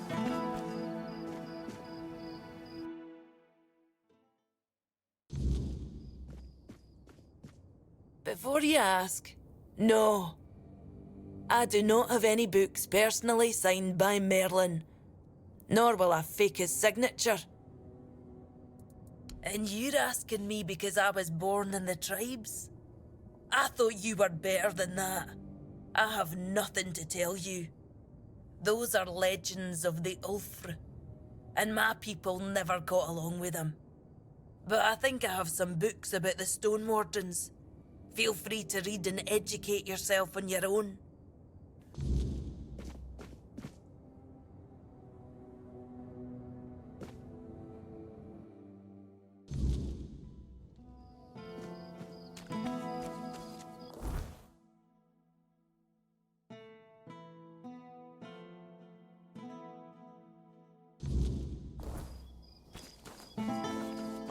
Hello there.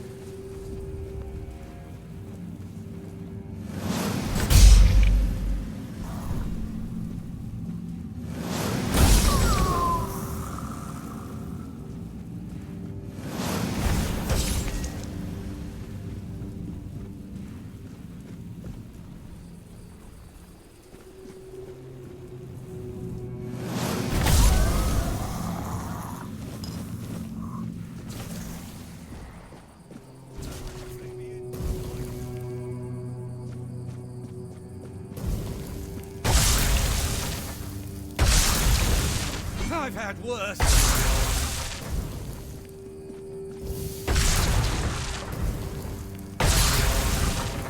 You'll fall for my sword!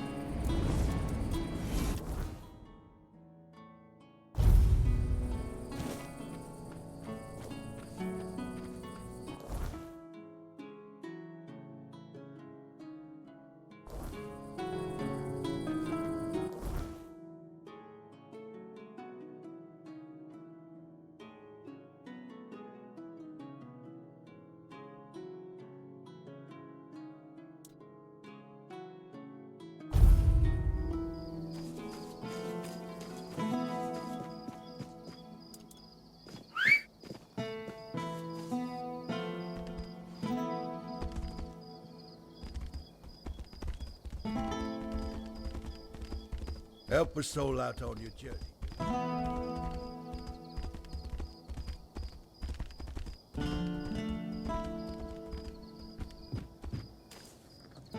Yes? Sir Renard. What a shame he ended up like this. Don't get me wrong. It's good that he's dead. He just wasted his life. He came from a noble family, was tall, strong, brave. He loved dueling so much that he started challenging everyone for any reason, or none at all. Eventually, he killed a royal messenger and was banished. He must have been a tough opponent. You deserve the reward. I'll await your return.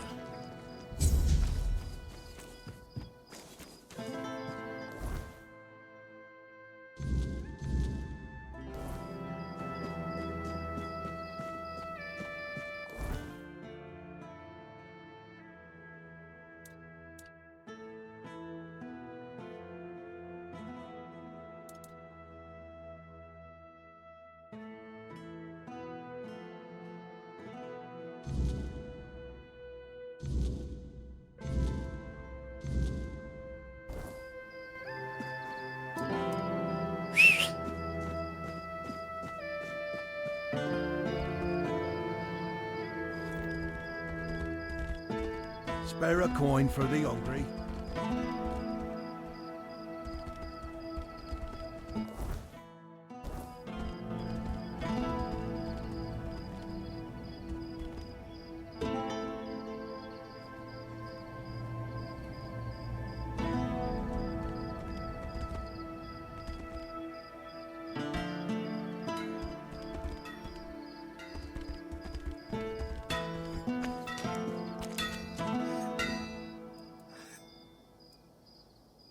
It all began innocently enough. Our milksop of a lord, Yvain, decided that we didn't have the right tools to unearth the riches of our land. So he sent messengers to Camelot asking for their men and equipment. It was supposed to make us richer. And it worked. For a while. They came here and resumed mining. Brought gold with them too. So for a while there, we were even happy to see new faces. Then news from Camelot arrived. The Red Death is in Kuanacht. The weirdness is getting thicker. We declare martial law. Cut down all the trees and take the Mynheer with us. Everyone goes to Camelot. Load of bullshit if you ask me. The weirdness has always been here. Kuanacht has been doing just fine without the support of the dog-fuckers of the Round Table. Denholm, the one in charge of their army, came here with the Red Priests. It seems like he's well aware that his orders are stupid, and that people from Kuanacht are smarter than Camelot thinks. And now, Kuanacht is divided. Some want to leave for Camelot. Others can't imagine it. Like me. I just can't stomach leaving the land of my fathers.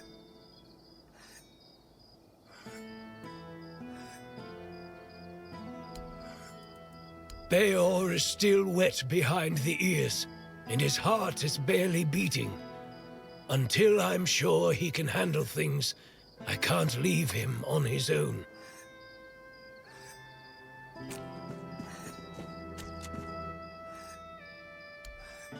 His family has a grand past. I have the utmost respect for their legacy.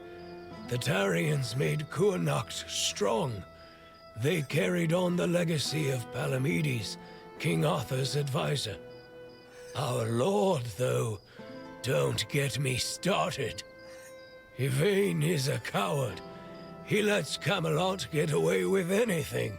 Well, for now. I've heard rumors that he's been trying, in his own pathetic way, to delay making some crucial decisions. Who knows?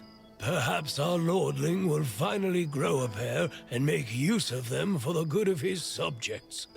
Though, if you ask me, the only thing that could save him would be the quest for the Holy Grail.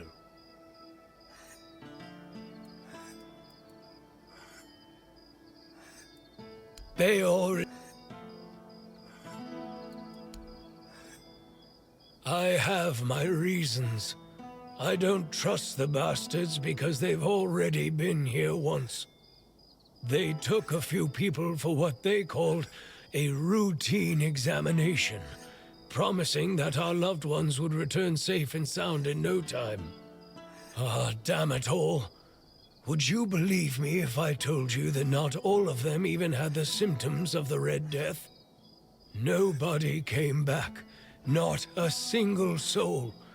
From that moment on, I've sworn to do everything in my power to make life miserable for those scarlet dogs.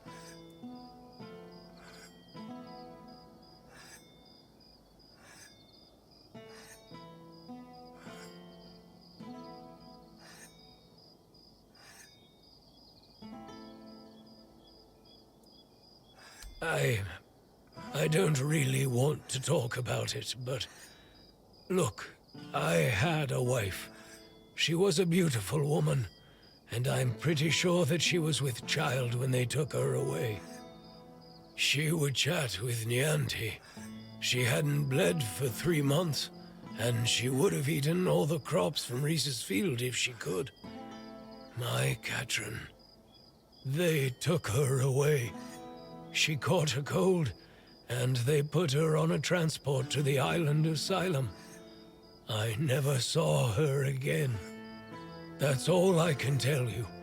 I don't want to think about it anymore. Let the past stay in the past.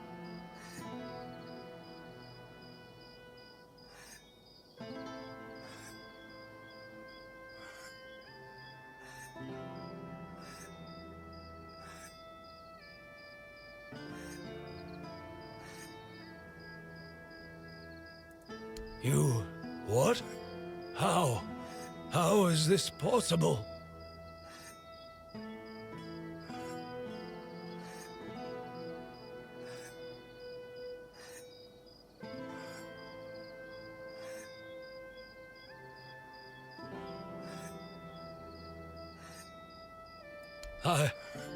I can't believe this. My Katrin. Do you still have the letter? Please tell me you didn't throw it away. My Katrin, a boy. My little boy. She mentioned once that she liked the name Llewellyn. It made me laugh. It sounded so poetic, not really fitting for a blacksmith's son. I always wanted a son. Maybe that's why I've grown so fond of Beor. I thank you. I'm guessing the circumstances in which you got this letter must have been difficult. If everyone here were as brave as you, our Kuhnhacht would have a chance to weather the end of the world.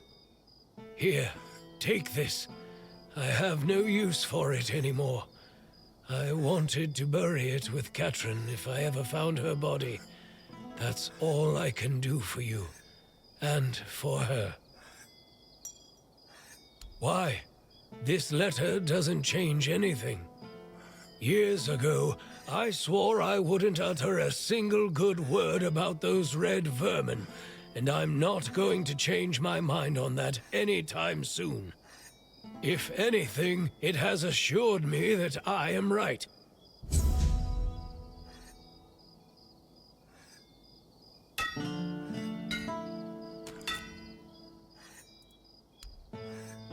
Beor is still... What do you need?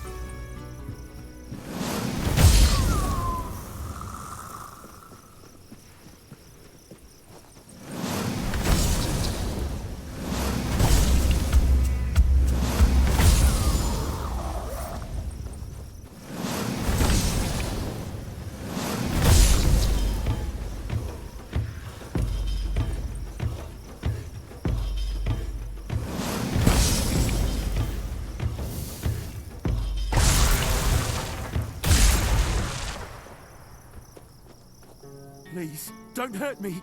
I don't want to die. Yes, it's me. But look at me. I can't go back. It's the Red Death. I had to run to keep the others safe. My poor, sweet Beatrice. I'll never know if she gave me a son or a daughter. But I'd never risk going back to Camelot. I'll hide out here, somewhere in this abandoned village. No one will ever find me, I swear.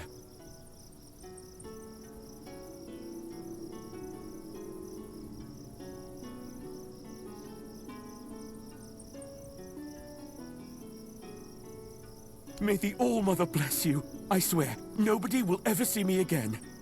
Take my insignia and bring it to Asgore. Tell him I was already dead when you found me.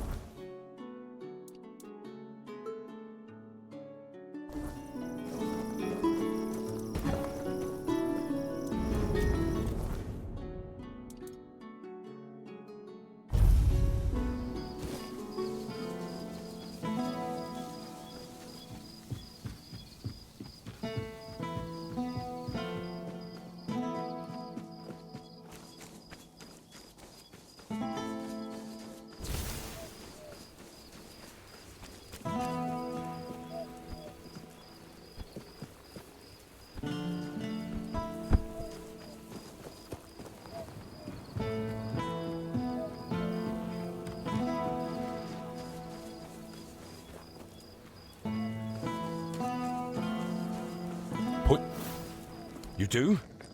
What happened to him?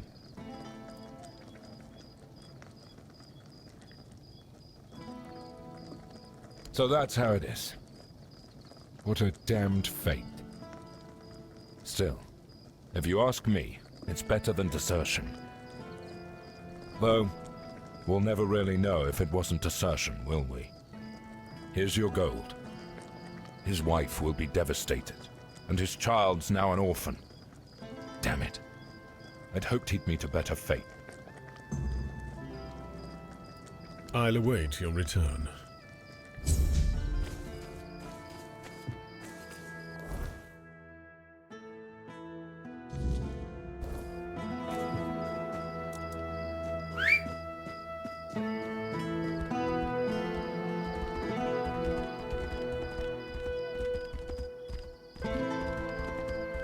Spare a coin for the hungry.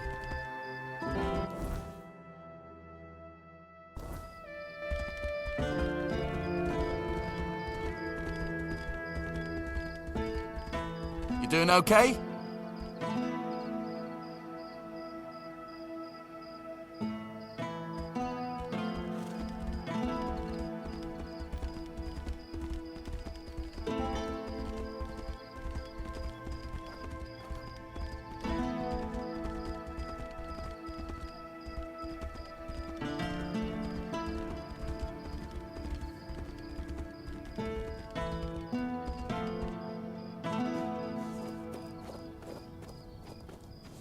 You doing okay? Oh, this is unexpected. You look beautiful, you know, and you have a beautiful soul. Maybe even more than just one. I can hear them fluttering. I see their soft shimmer. Will you show me? Show me, show me. Trust me.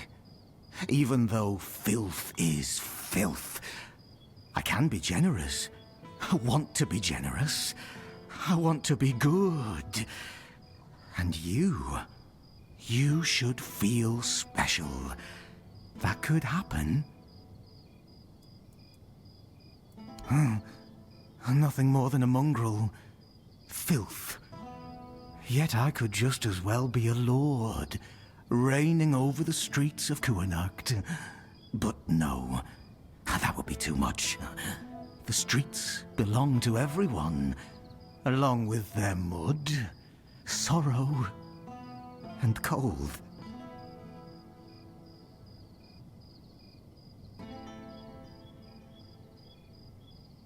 Filth. both a name and a title. One cannot forget about titles. There were people who made filth aware of my own filthiness. Good people. People who showed me the right way. Let it feel special and beautiful.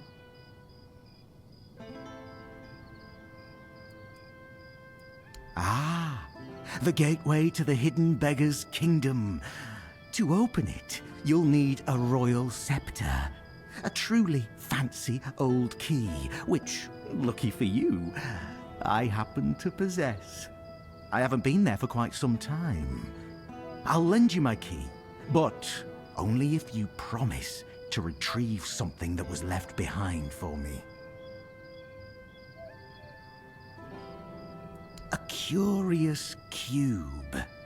It has symbols and moves, and it tinkles delightfully. Very interesting and amusing. The first time I was there, I was too afraid to bring it to the surface. Didn't want others to look at it.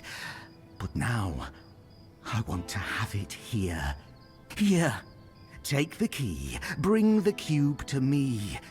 Make me feel nice.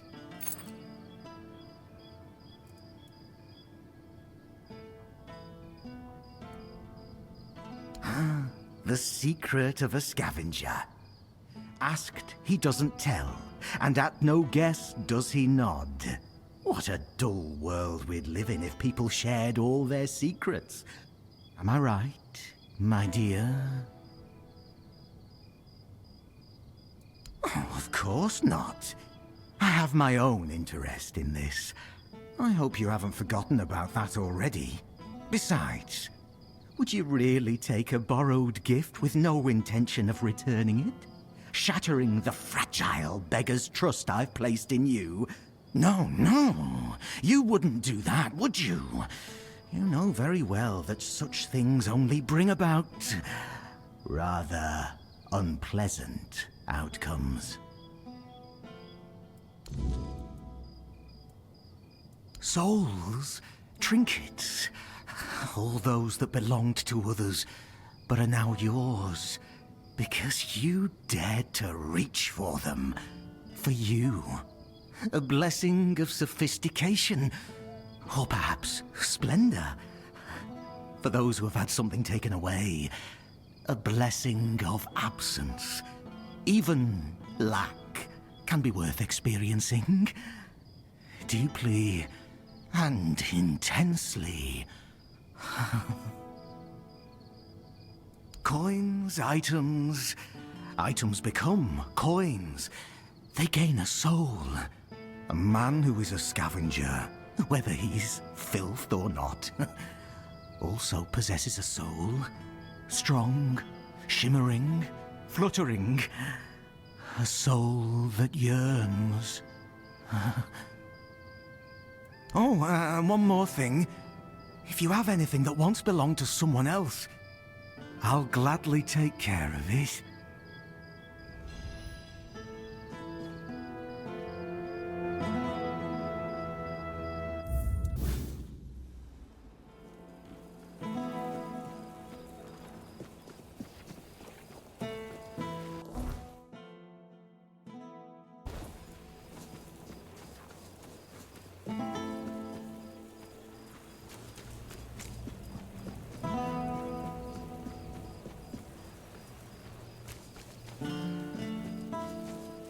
Help a soul out on your journey, will you?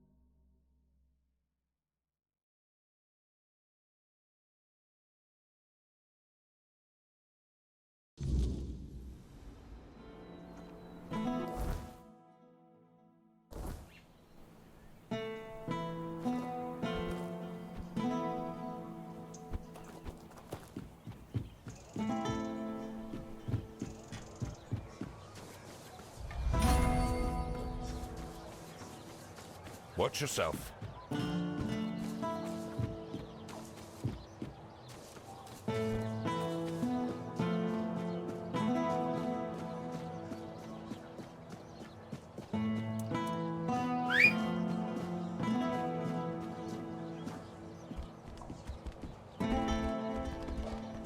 Help a soul out on your journey, will you?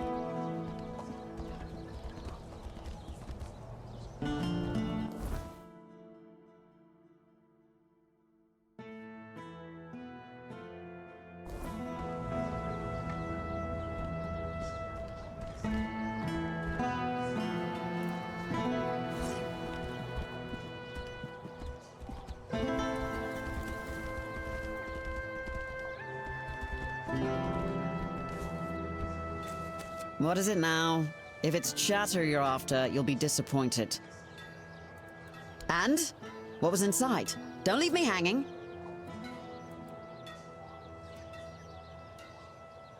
You mean the old street?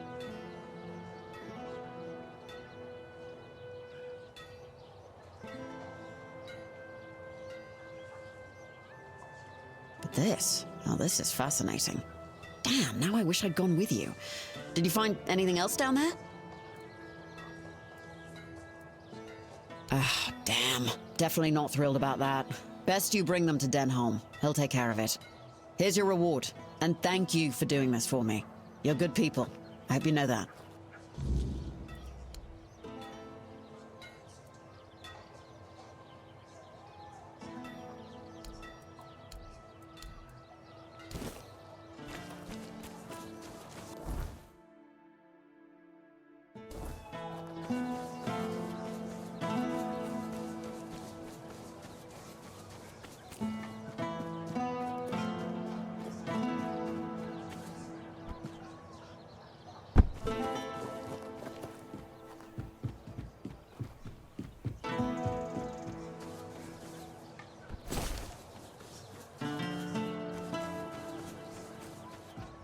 You looking for... What? Where did you even get these? So you're telling me that beneath Kunacht, there's even more Kunacht? Full of forbidden knowledge? Oh, mother help me. How did you even stumble on a place like that? Sounds more like a curse to me. Still, thank you for bringing this to my attention. But in future, steer clear of things like this. I'd hate to see you hanged for having an abundance of curiosity. I'll await your return.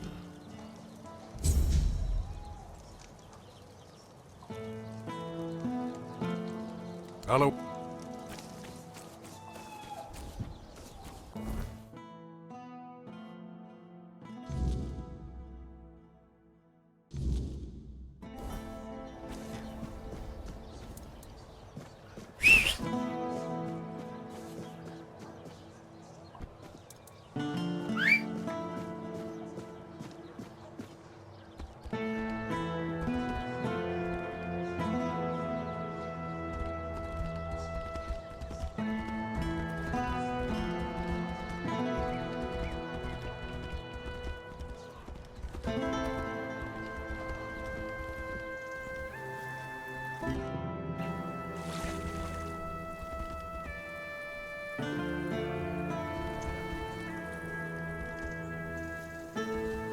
Nice to see you. I talked to Gil. He told me he killed Grandad. He swears it was an accident. Can you believe that? My little brother saved my life. Gil came into the house just after Grandad had beaten me unconscious. He told me the old man wouldn't stop, even though I was out cold. So, my little brother grabbed an iron pot and gave the bastard a whack over the head. Poor kid panicked afterward and ended up dropping Grandad into the well. Serves the old codger right. I just wish Gil hadn't felt the need to keep it to himself all these years.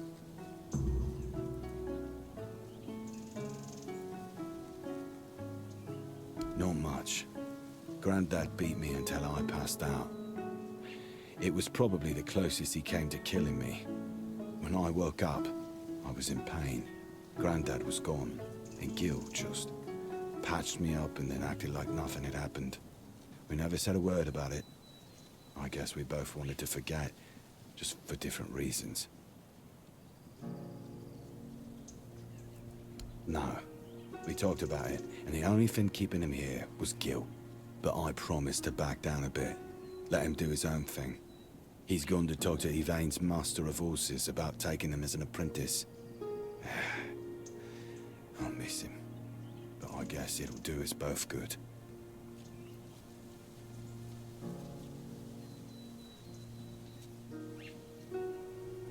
Thank you for what you've done for us. May the All-Mother bless you.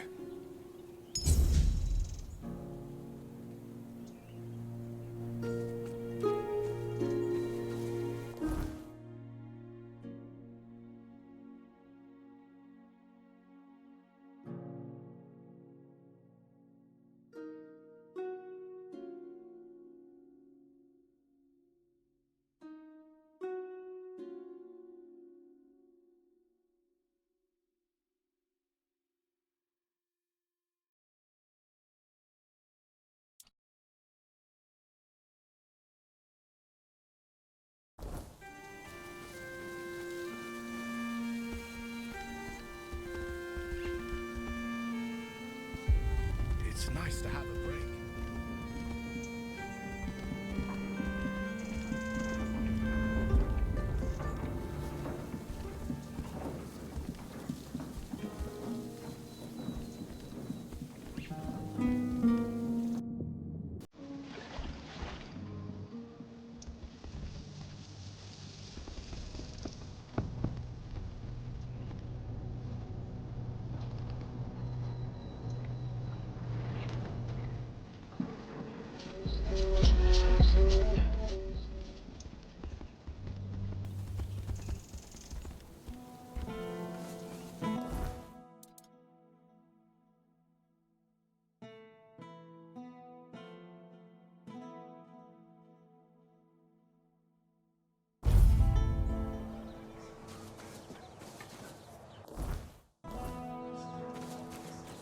Oh, hello there.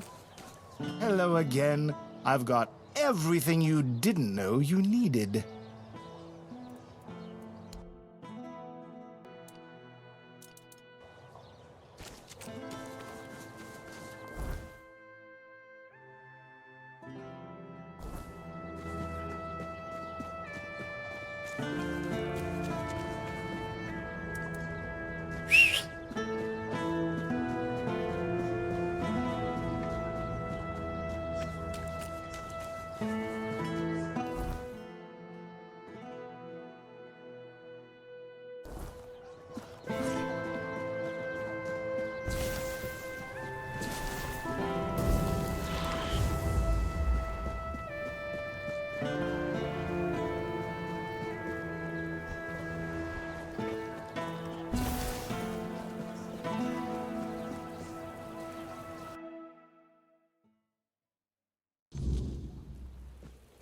Stay quiet. You've come back.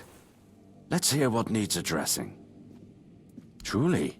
Well, I suppose there's no accounting for taste. Still, better you than Dalriata. She put us in a terrible position, you know. She came here and demanded we hand over part of our treasury, just because it was once theirs, as if we could afford to show any more weakness. Take the tablet, do whatever you wish with it. I never want to hear about it again.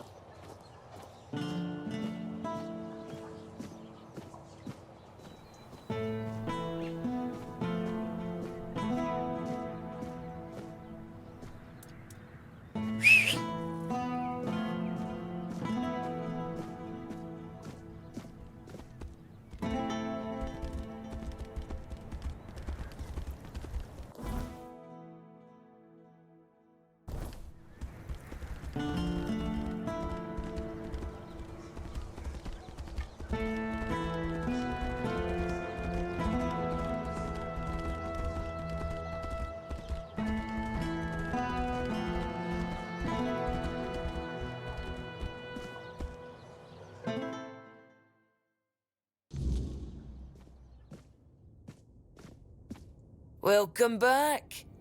Do you need any recommendations? Aye, it would be.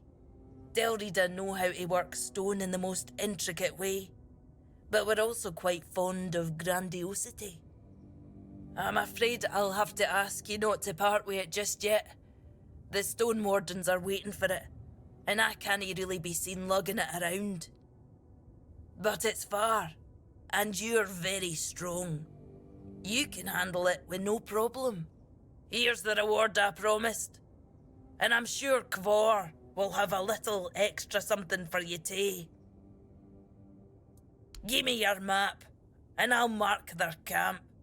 Here's the reward I promised, and I'm sure Kvor will have a little extra something for you too.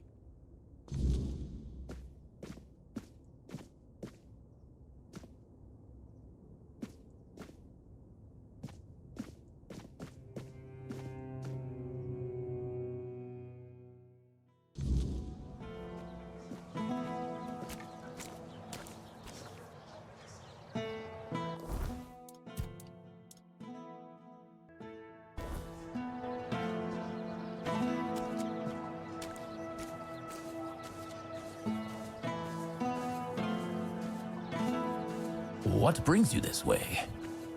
Elixirs, powders, ointments, take your pick.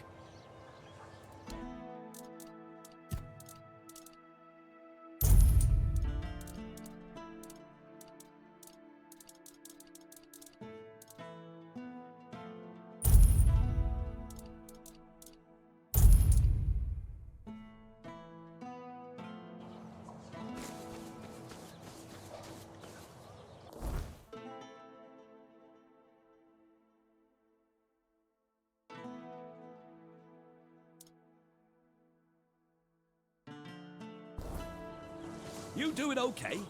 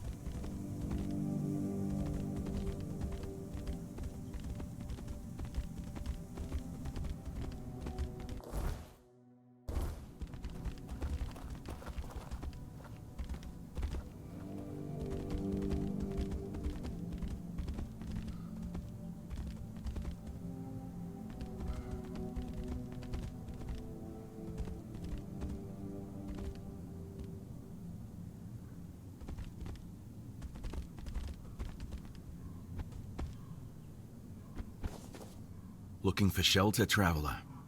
You're welcome to join us, unless you're worried a big bad Dalrita might eat you for breakfast.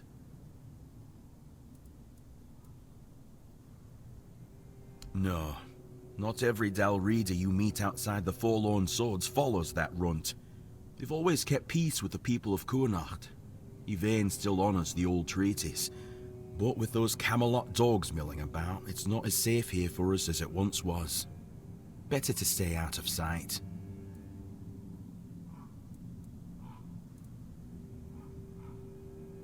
A gift? Ah, I see. And you lugged that thing all the way from Kurnacht? For that alone, you have my respect. Now, let's take a look. Ah, so that's what happened. The stone chipped, and the meaning of the runes changed. Sweet dreams turned into living nightmares. This is why I don't trust magic. The simplest, stupidest thing can end up killing you.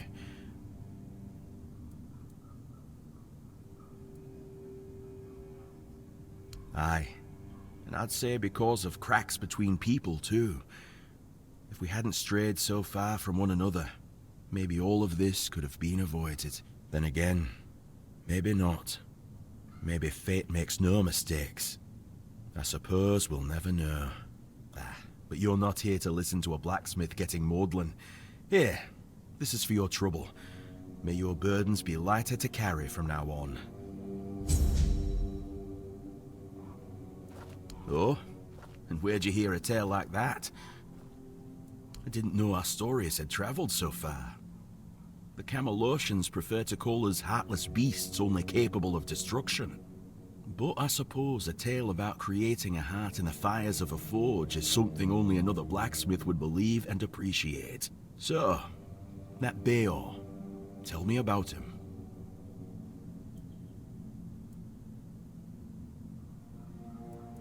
He used iron, didn't he?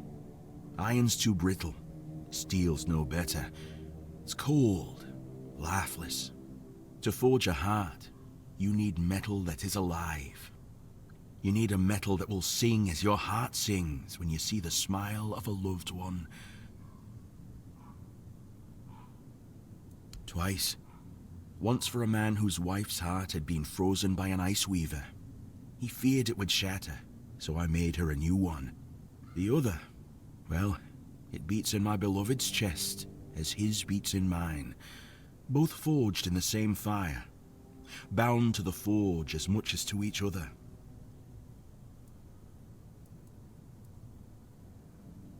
Aye, it's the only metal fit for such a task.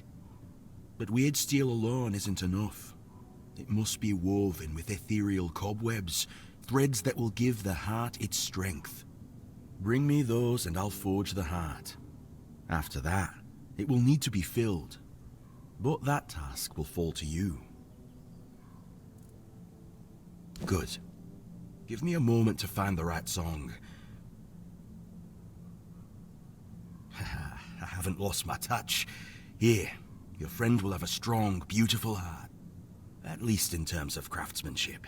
The rest is up to you. The heart is just an empty vessel. It needs to be filled to start beating. Life, of course. A heart must be full of life to start beating.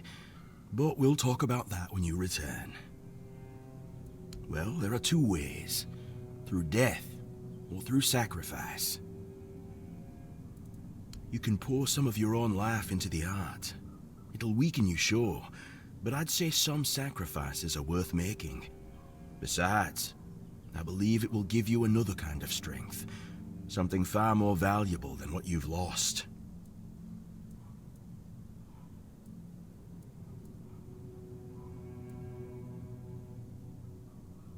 Then he'll have a cold lump of steel in his chest. What do you think? No, of course not. You can fill it with the life of creatures you kill, but it will take some time.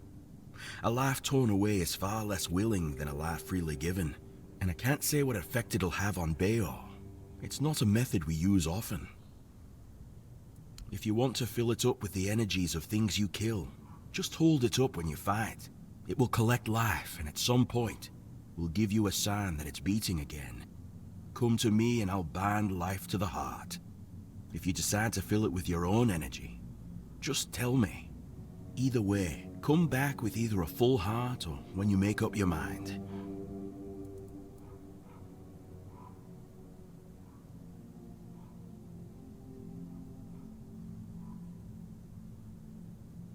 Of course. Ah, this part never gets old. Remember, don't resist it. Let go of your instincts and focus on the heart. You'll feel a bit weak afterward, but don't worry. Strength can always be rebuilt. Here, feel how warm it is. It will serve Beor well.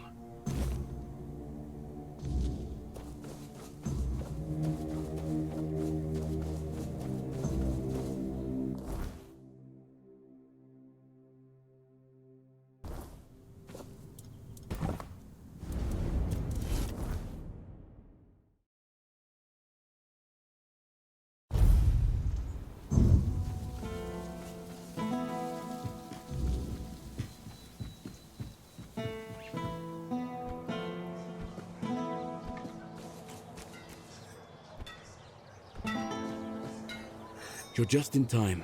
The forge is ready. What? That's amazing. What materials did he use? What else was needed? Did he tell you how to make it? Oh my. I have so many questions. But those can wait. First things first. For this, I will need your help, my friend. Once more, as always. So, shall we begin?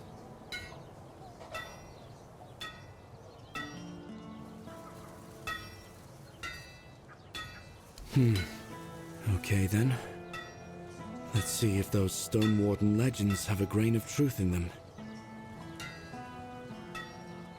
I suppose that's it.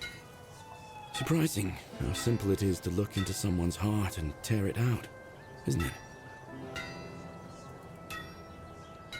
It's different. Everything looks a bit like it's mired in fog. But I don't feel bad. In fact, I feel good. I feel stronger. I guess more will become clear with time. For now, I'll just have to wait and see. The measure of my debt to you is 2 hearts. I don't know how a man could ever repay something like that. I'll be going back to work. Visit me sometime. Don't be a stranger.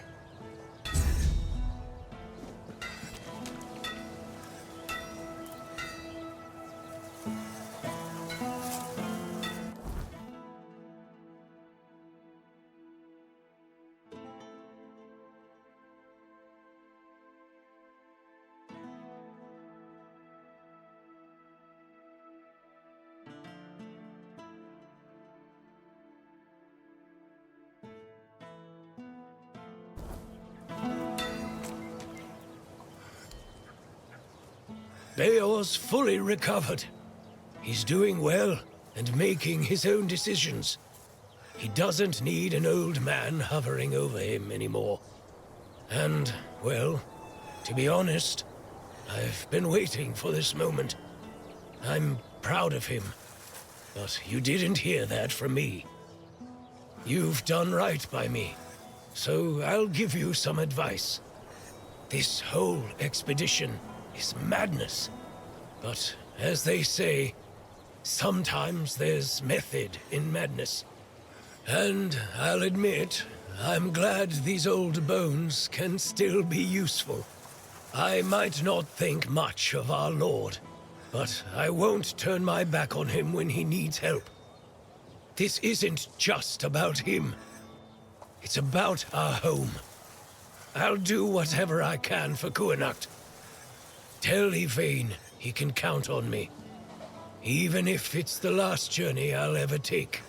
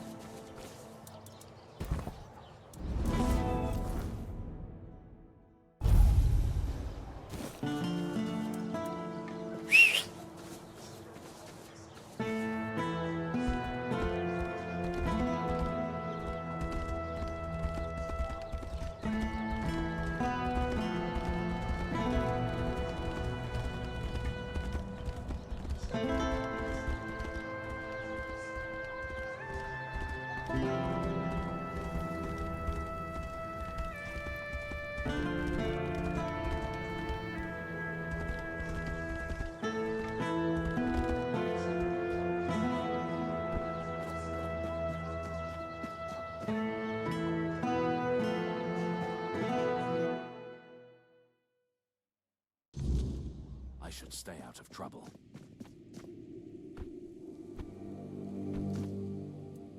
What news? The people I told you about. Have any of them agreed to join me on the quest for the Holy Grail?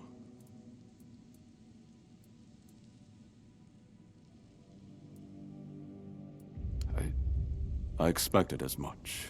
One person is still better than none. At the very least, I'll have someone to talk to. It will make the journey easier. Still, I must admit, it only proves how little respect I command as ruler. If 2 out of 3 refuse to join a holy mission simply because it's me leading it, well, it does make one think. You've done me a great favor, so allow me to repay you. Before I depart, know this. You brought change to Kuanacht, and earned my deepest gratitude. Let my repayment be the blessing my lineage received from King Arthur himself.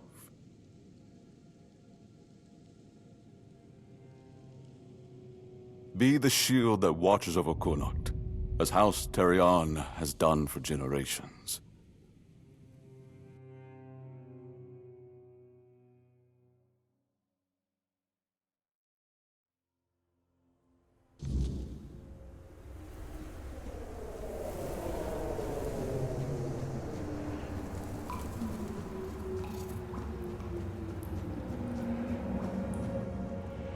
I am his oath, the weight of duty that shields the faithful.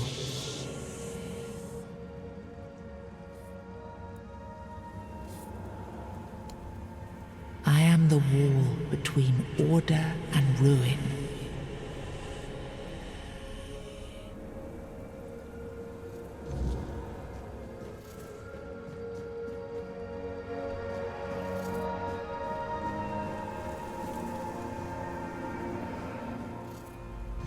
You can't just allow for things like that to happen. Not ever again. Not when the kingdom is beginning to find its way. You're the king, and that comes with a whole lot more responsibility. You can't let people like Merlin do what they want, even if their intentions are pure. You must see the danger now. The memory of Seawall is my burden. Harder to bear than I'd like to admit. But I've realized that his story is what happens when power answers to no one. Then do something so that a tragedy like that never happens again. Palamedes, you've always spoken your mind, even when I didn't want to hear it. You've stood beside me through the darkest days and fought not for glory, but for Avalon and its people. I have done only what I believe was right, nothing more. Yes, and that made me realize that Merlin was wrong. The legacy I leave won't endure through the legend of a single man, whether it's me or anyone else. I decided to give my sword to the Horns of the South, to bind them not to me, but to the people. But Avalon needs more than that. It needs structures, memory, and resistance to corruption. It needs the foundation of something greater than any one of us. A shield? Yes. One to guard Avalon, even from itself. You've proven yourself time and again, so my shield is yours, Palamedes. Not just to wield, but to become. Let your bloodline anchor what my reign could not. And you believe I am worthy of such a responsibility? I will not fail you, my king. Don't carry this burden for me, Palamedes. You never have. Carry it for Avalon, and may your name be a blessing upon this land for generations to come.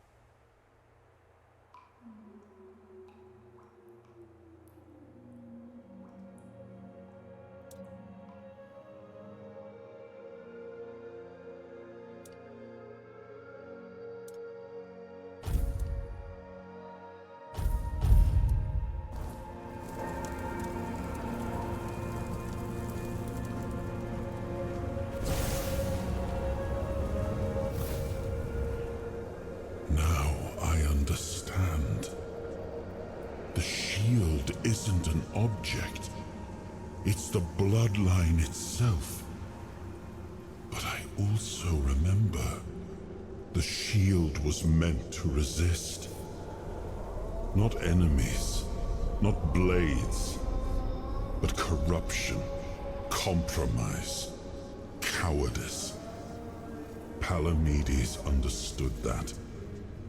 Nothing I've seen here reminds me of him. Nothing resembles the kingdom we were trying to build. Lord Yvain, a joke of a man. A mere shadow of his ancestor. Not worthy of his title, nor of leading his people.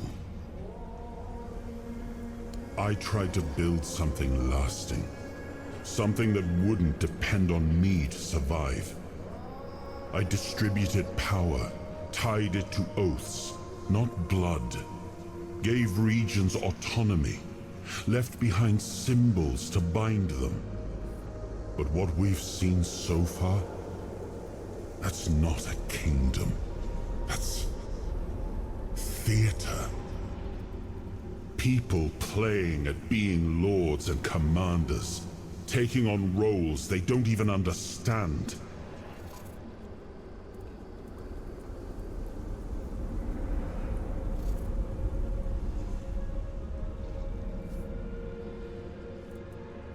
Turn every resource toward understanding why the weirdness is returning and stopping it. Hiding in Camelot is cowardice. Staying here? Stupidity. But what I would do doesn't matter. This is precisely why Palamedes was made Avalon's shield. To judge for himself what serves the people. Even if it meant standing against me. All I've seen here is fear. Indecisive men wearing the mask of power.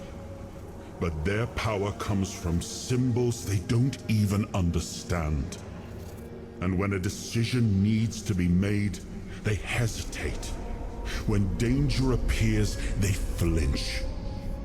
Denholm, commander of Camelot's forces, is incapable of acting without direct orders. Yvain, a descendant of Palamedes, yet too weak to stand against choices that harm his people. Their fear breeds indecision.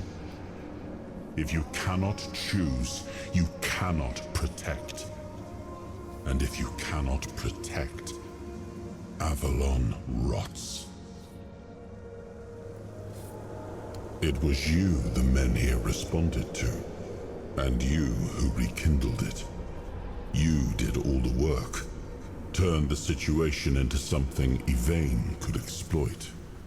Without that, Kuanacht would still be waiting. For what? A miracle? That's why I have to come back. Without us, without hands that act, this land just waits and rots. Merlin wanted me to become a symbol. But I realized that one person, one myth, won't be enough. This kingdom needed more. It needed to stand on stronger foundations.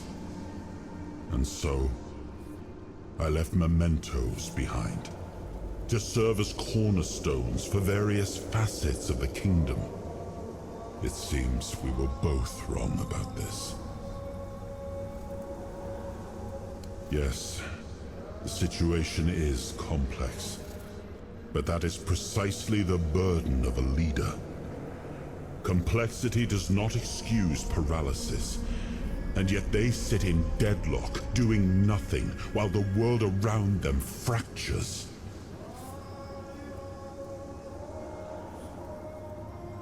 I named his bloodline the Shield of Kuanacht, and granted them dominion over this menhir, with full autonomy. The land here is among the richest in Avalon. This place was meant to stand as a counterweight to Camelot's rising power. We gave our people peace, but they've come to take it for granted. Perhaps those who live without struggle grow soft, and in comfort, they let go of their values. Symbols, without the will to uphold them, are little more than ornament.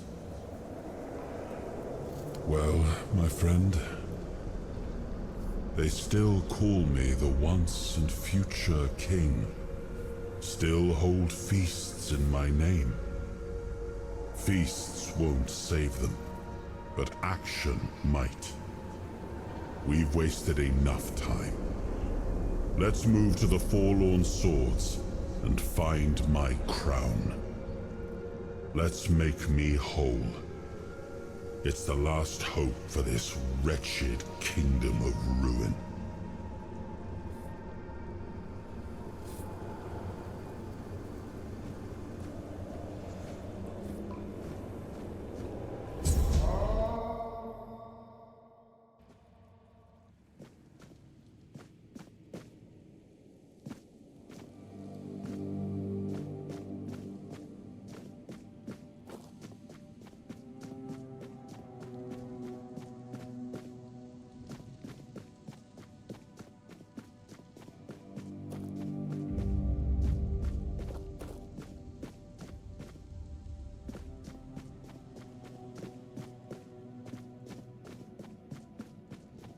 If I just stay put, everything will be just fine. You startled me. Ah, it's you again. What brings you back to the court? Take care.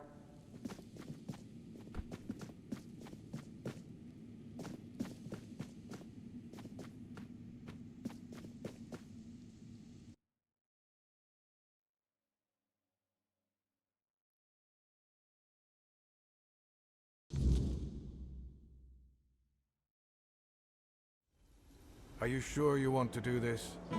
You can still back out. Camelot will surely forgive you for this insubordination. I have never been more certain of anything in my life. This is the only way. Fine. Do as you will.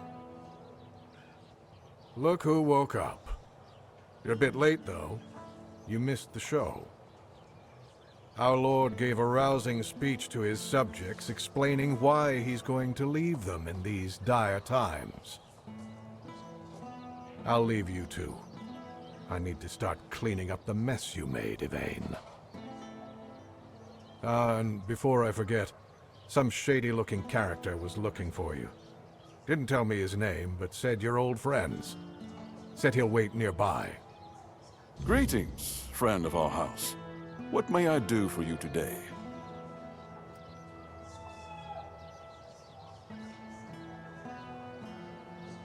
Really? I hope he supports my decision to embark on a quest for the Holy Grail. Although, in truth, it doesn't really matter.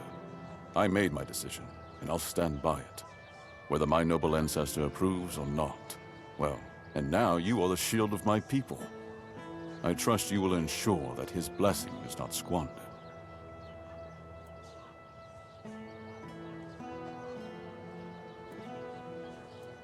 I had not considered it that way.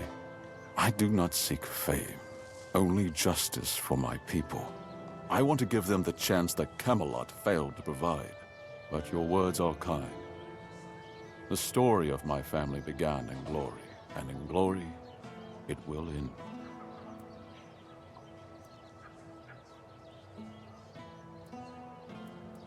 I cannot say for certain, but I have faith that Anselm will manage.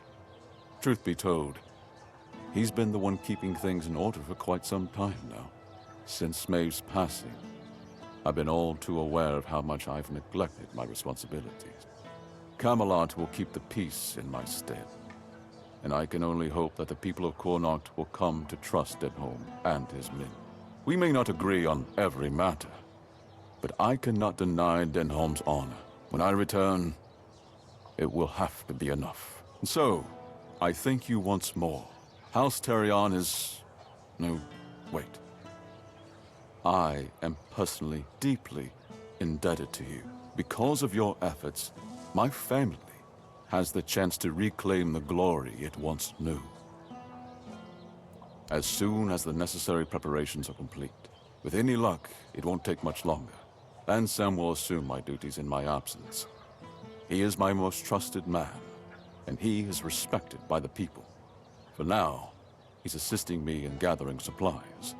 I do not know when or if I will return. Kurnacht and its people must be ready for either eventuality.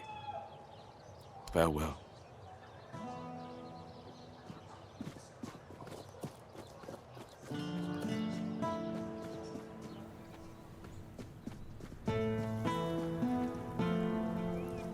Well, well, look at you. Moving along nicely, aren't we? You're piecing him back together faster than I expected. We're getting closer to the end.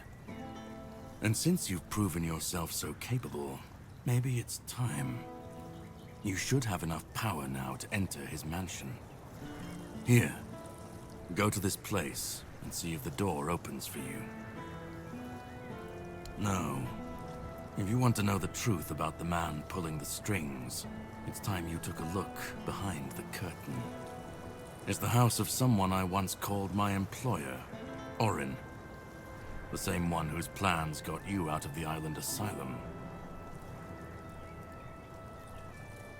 I don't know. We stopped seeing eye to eye on certain things, and our relationship soured. No, not really. There's one last piece of Arthur's soul waiting for you. The third artifact. His crown, this time. You'll find it deep in the Forlorn Swords, in the capital city of Dalriata. Meet with Gerfan. He'll either attack you on sight, or explain everything patiently, depending on how he feels about... well, you'll see for yourself. How would I know? I'd say going into Dalriata territory is a surprise all on its own. But don't worry, they've got bigger problems at the moment than you sneaking off with their sacred helmet. Once you're done, meet me at the Charred Conclave. That's where we'll finish this, one way or another.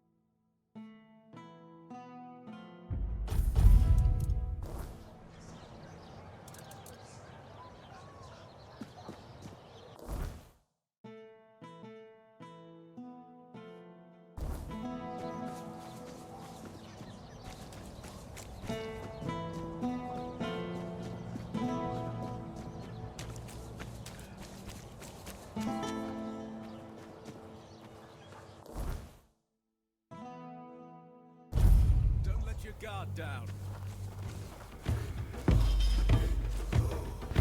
Beg for mercy!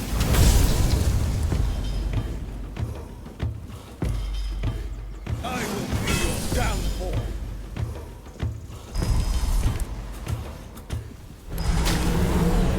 Back to your hovel, coward!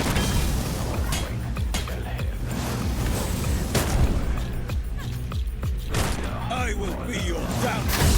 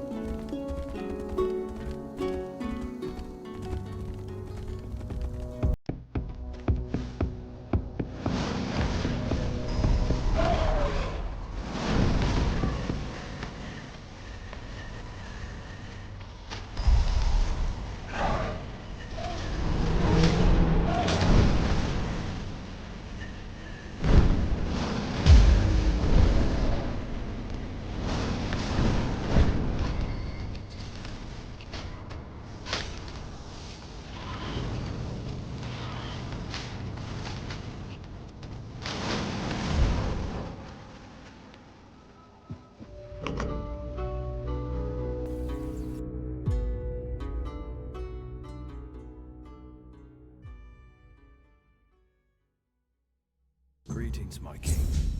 If you're seeing this message, it means Caradoc has fulfilled his task, and the wheel of destiny has begun to turn. I am Orin, your majesty's devoted servant, and the apprentice of your friend Merlin. Nothing would bring me greater joy than meeting you face to face. Alas, that must wait, for our paths have yet to cross, though I hope it will be soon. In the meantime, please treat my home as your own. Make yourself comfortable. Rest from your hardships, and seek the knowledge you require. And you, brave vessel, remember to heed your lord, King Arthur, now and always.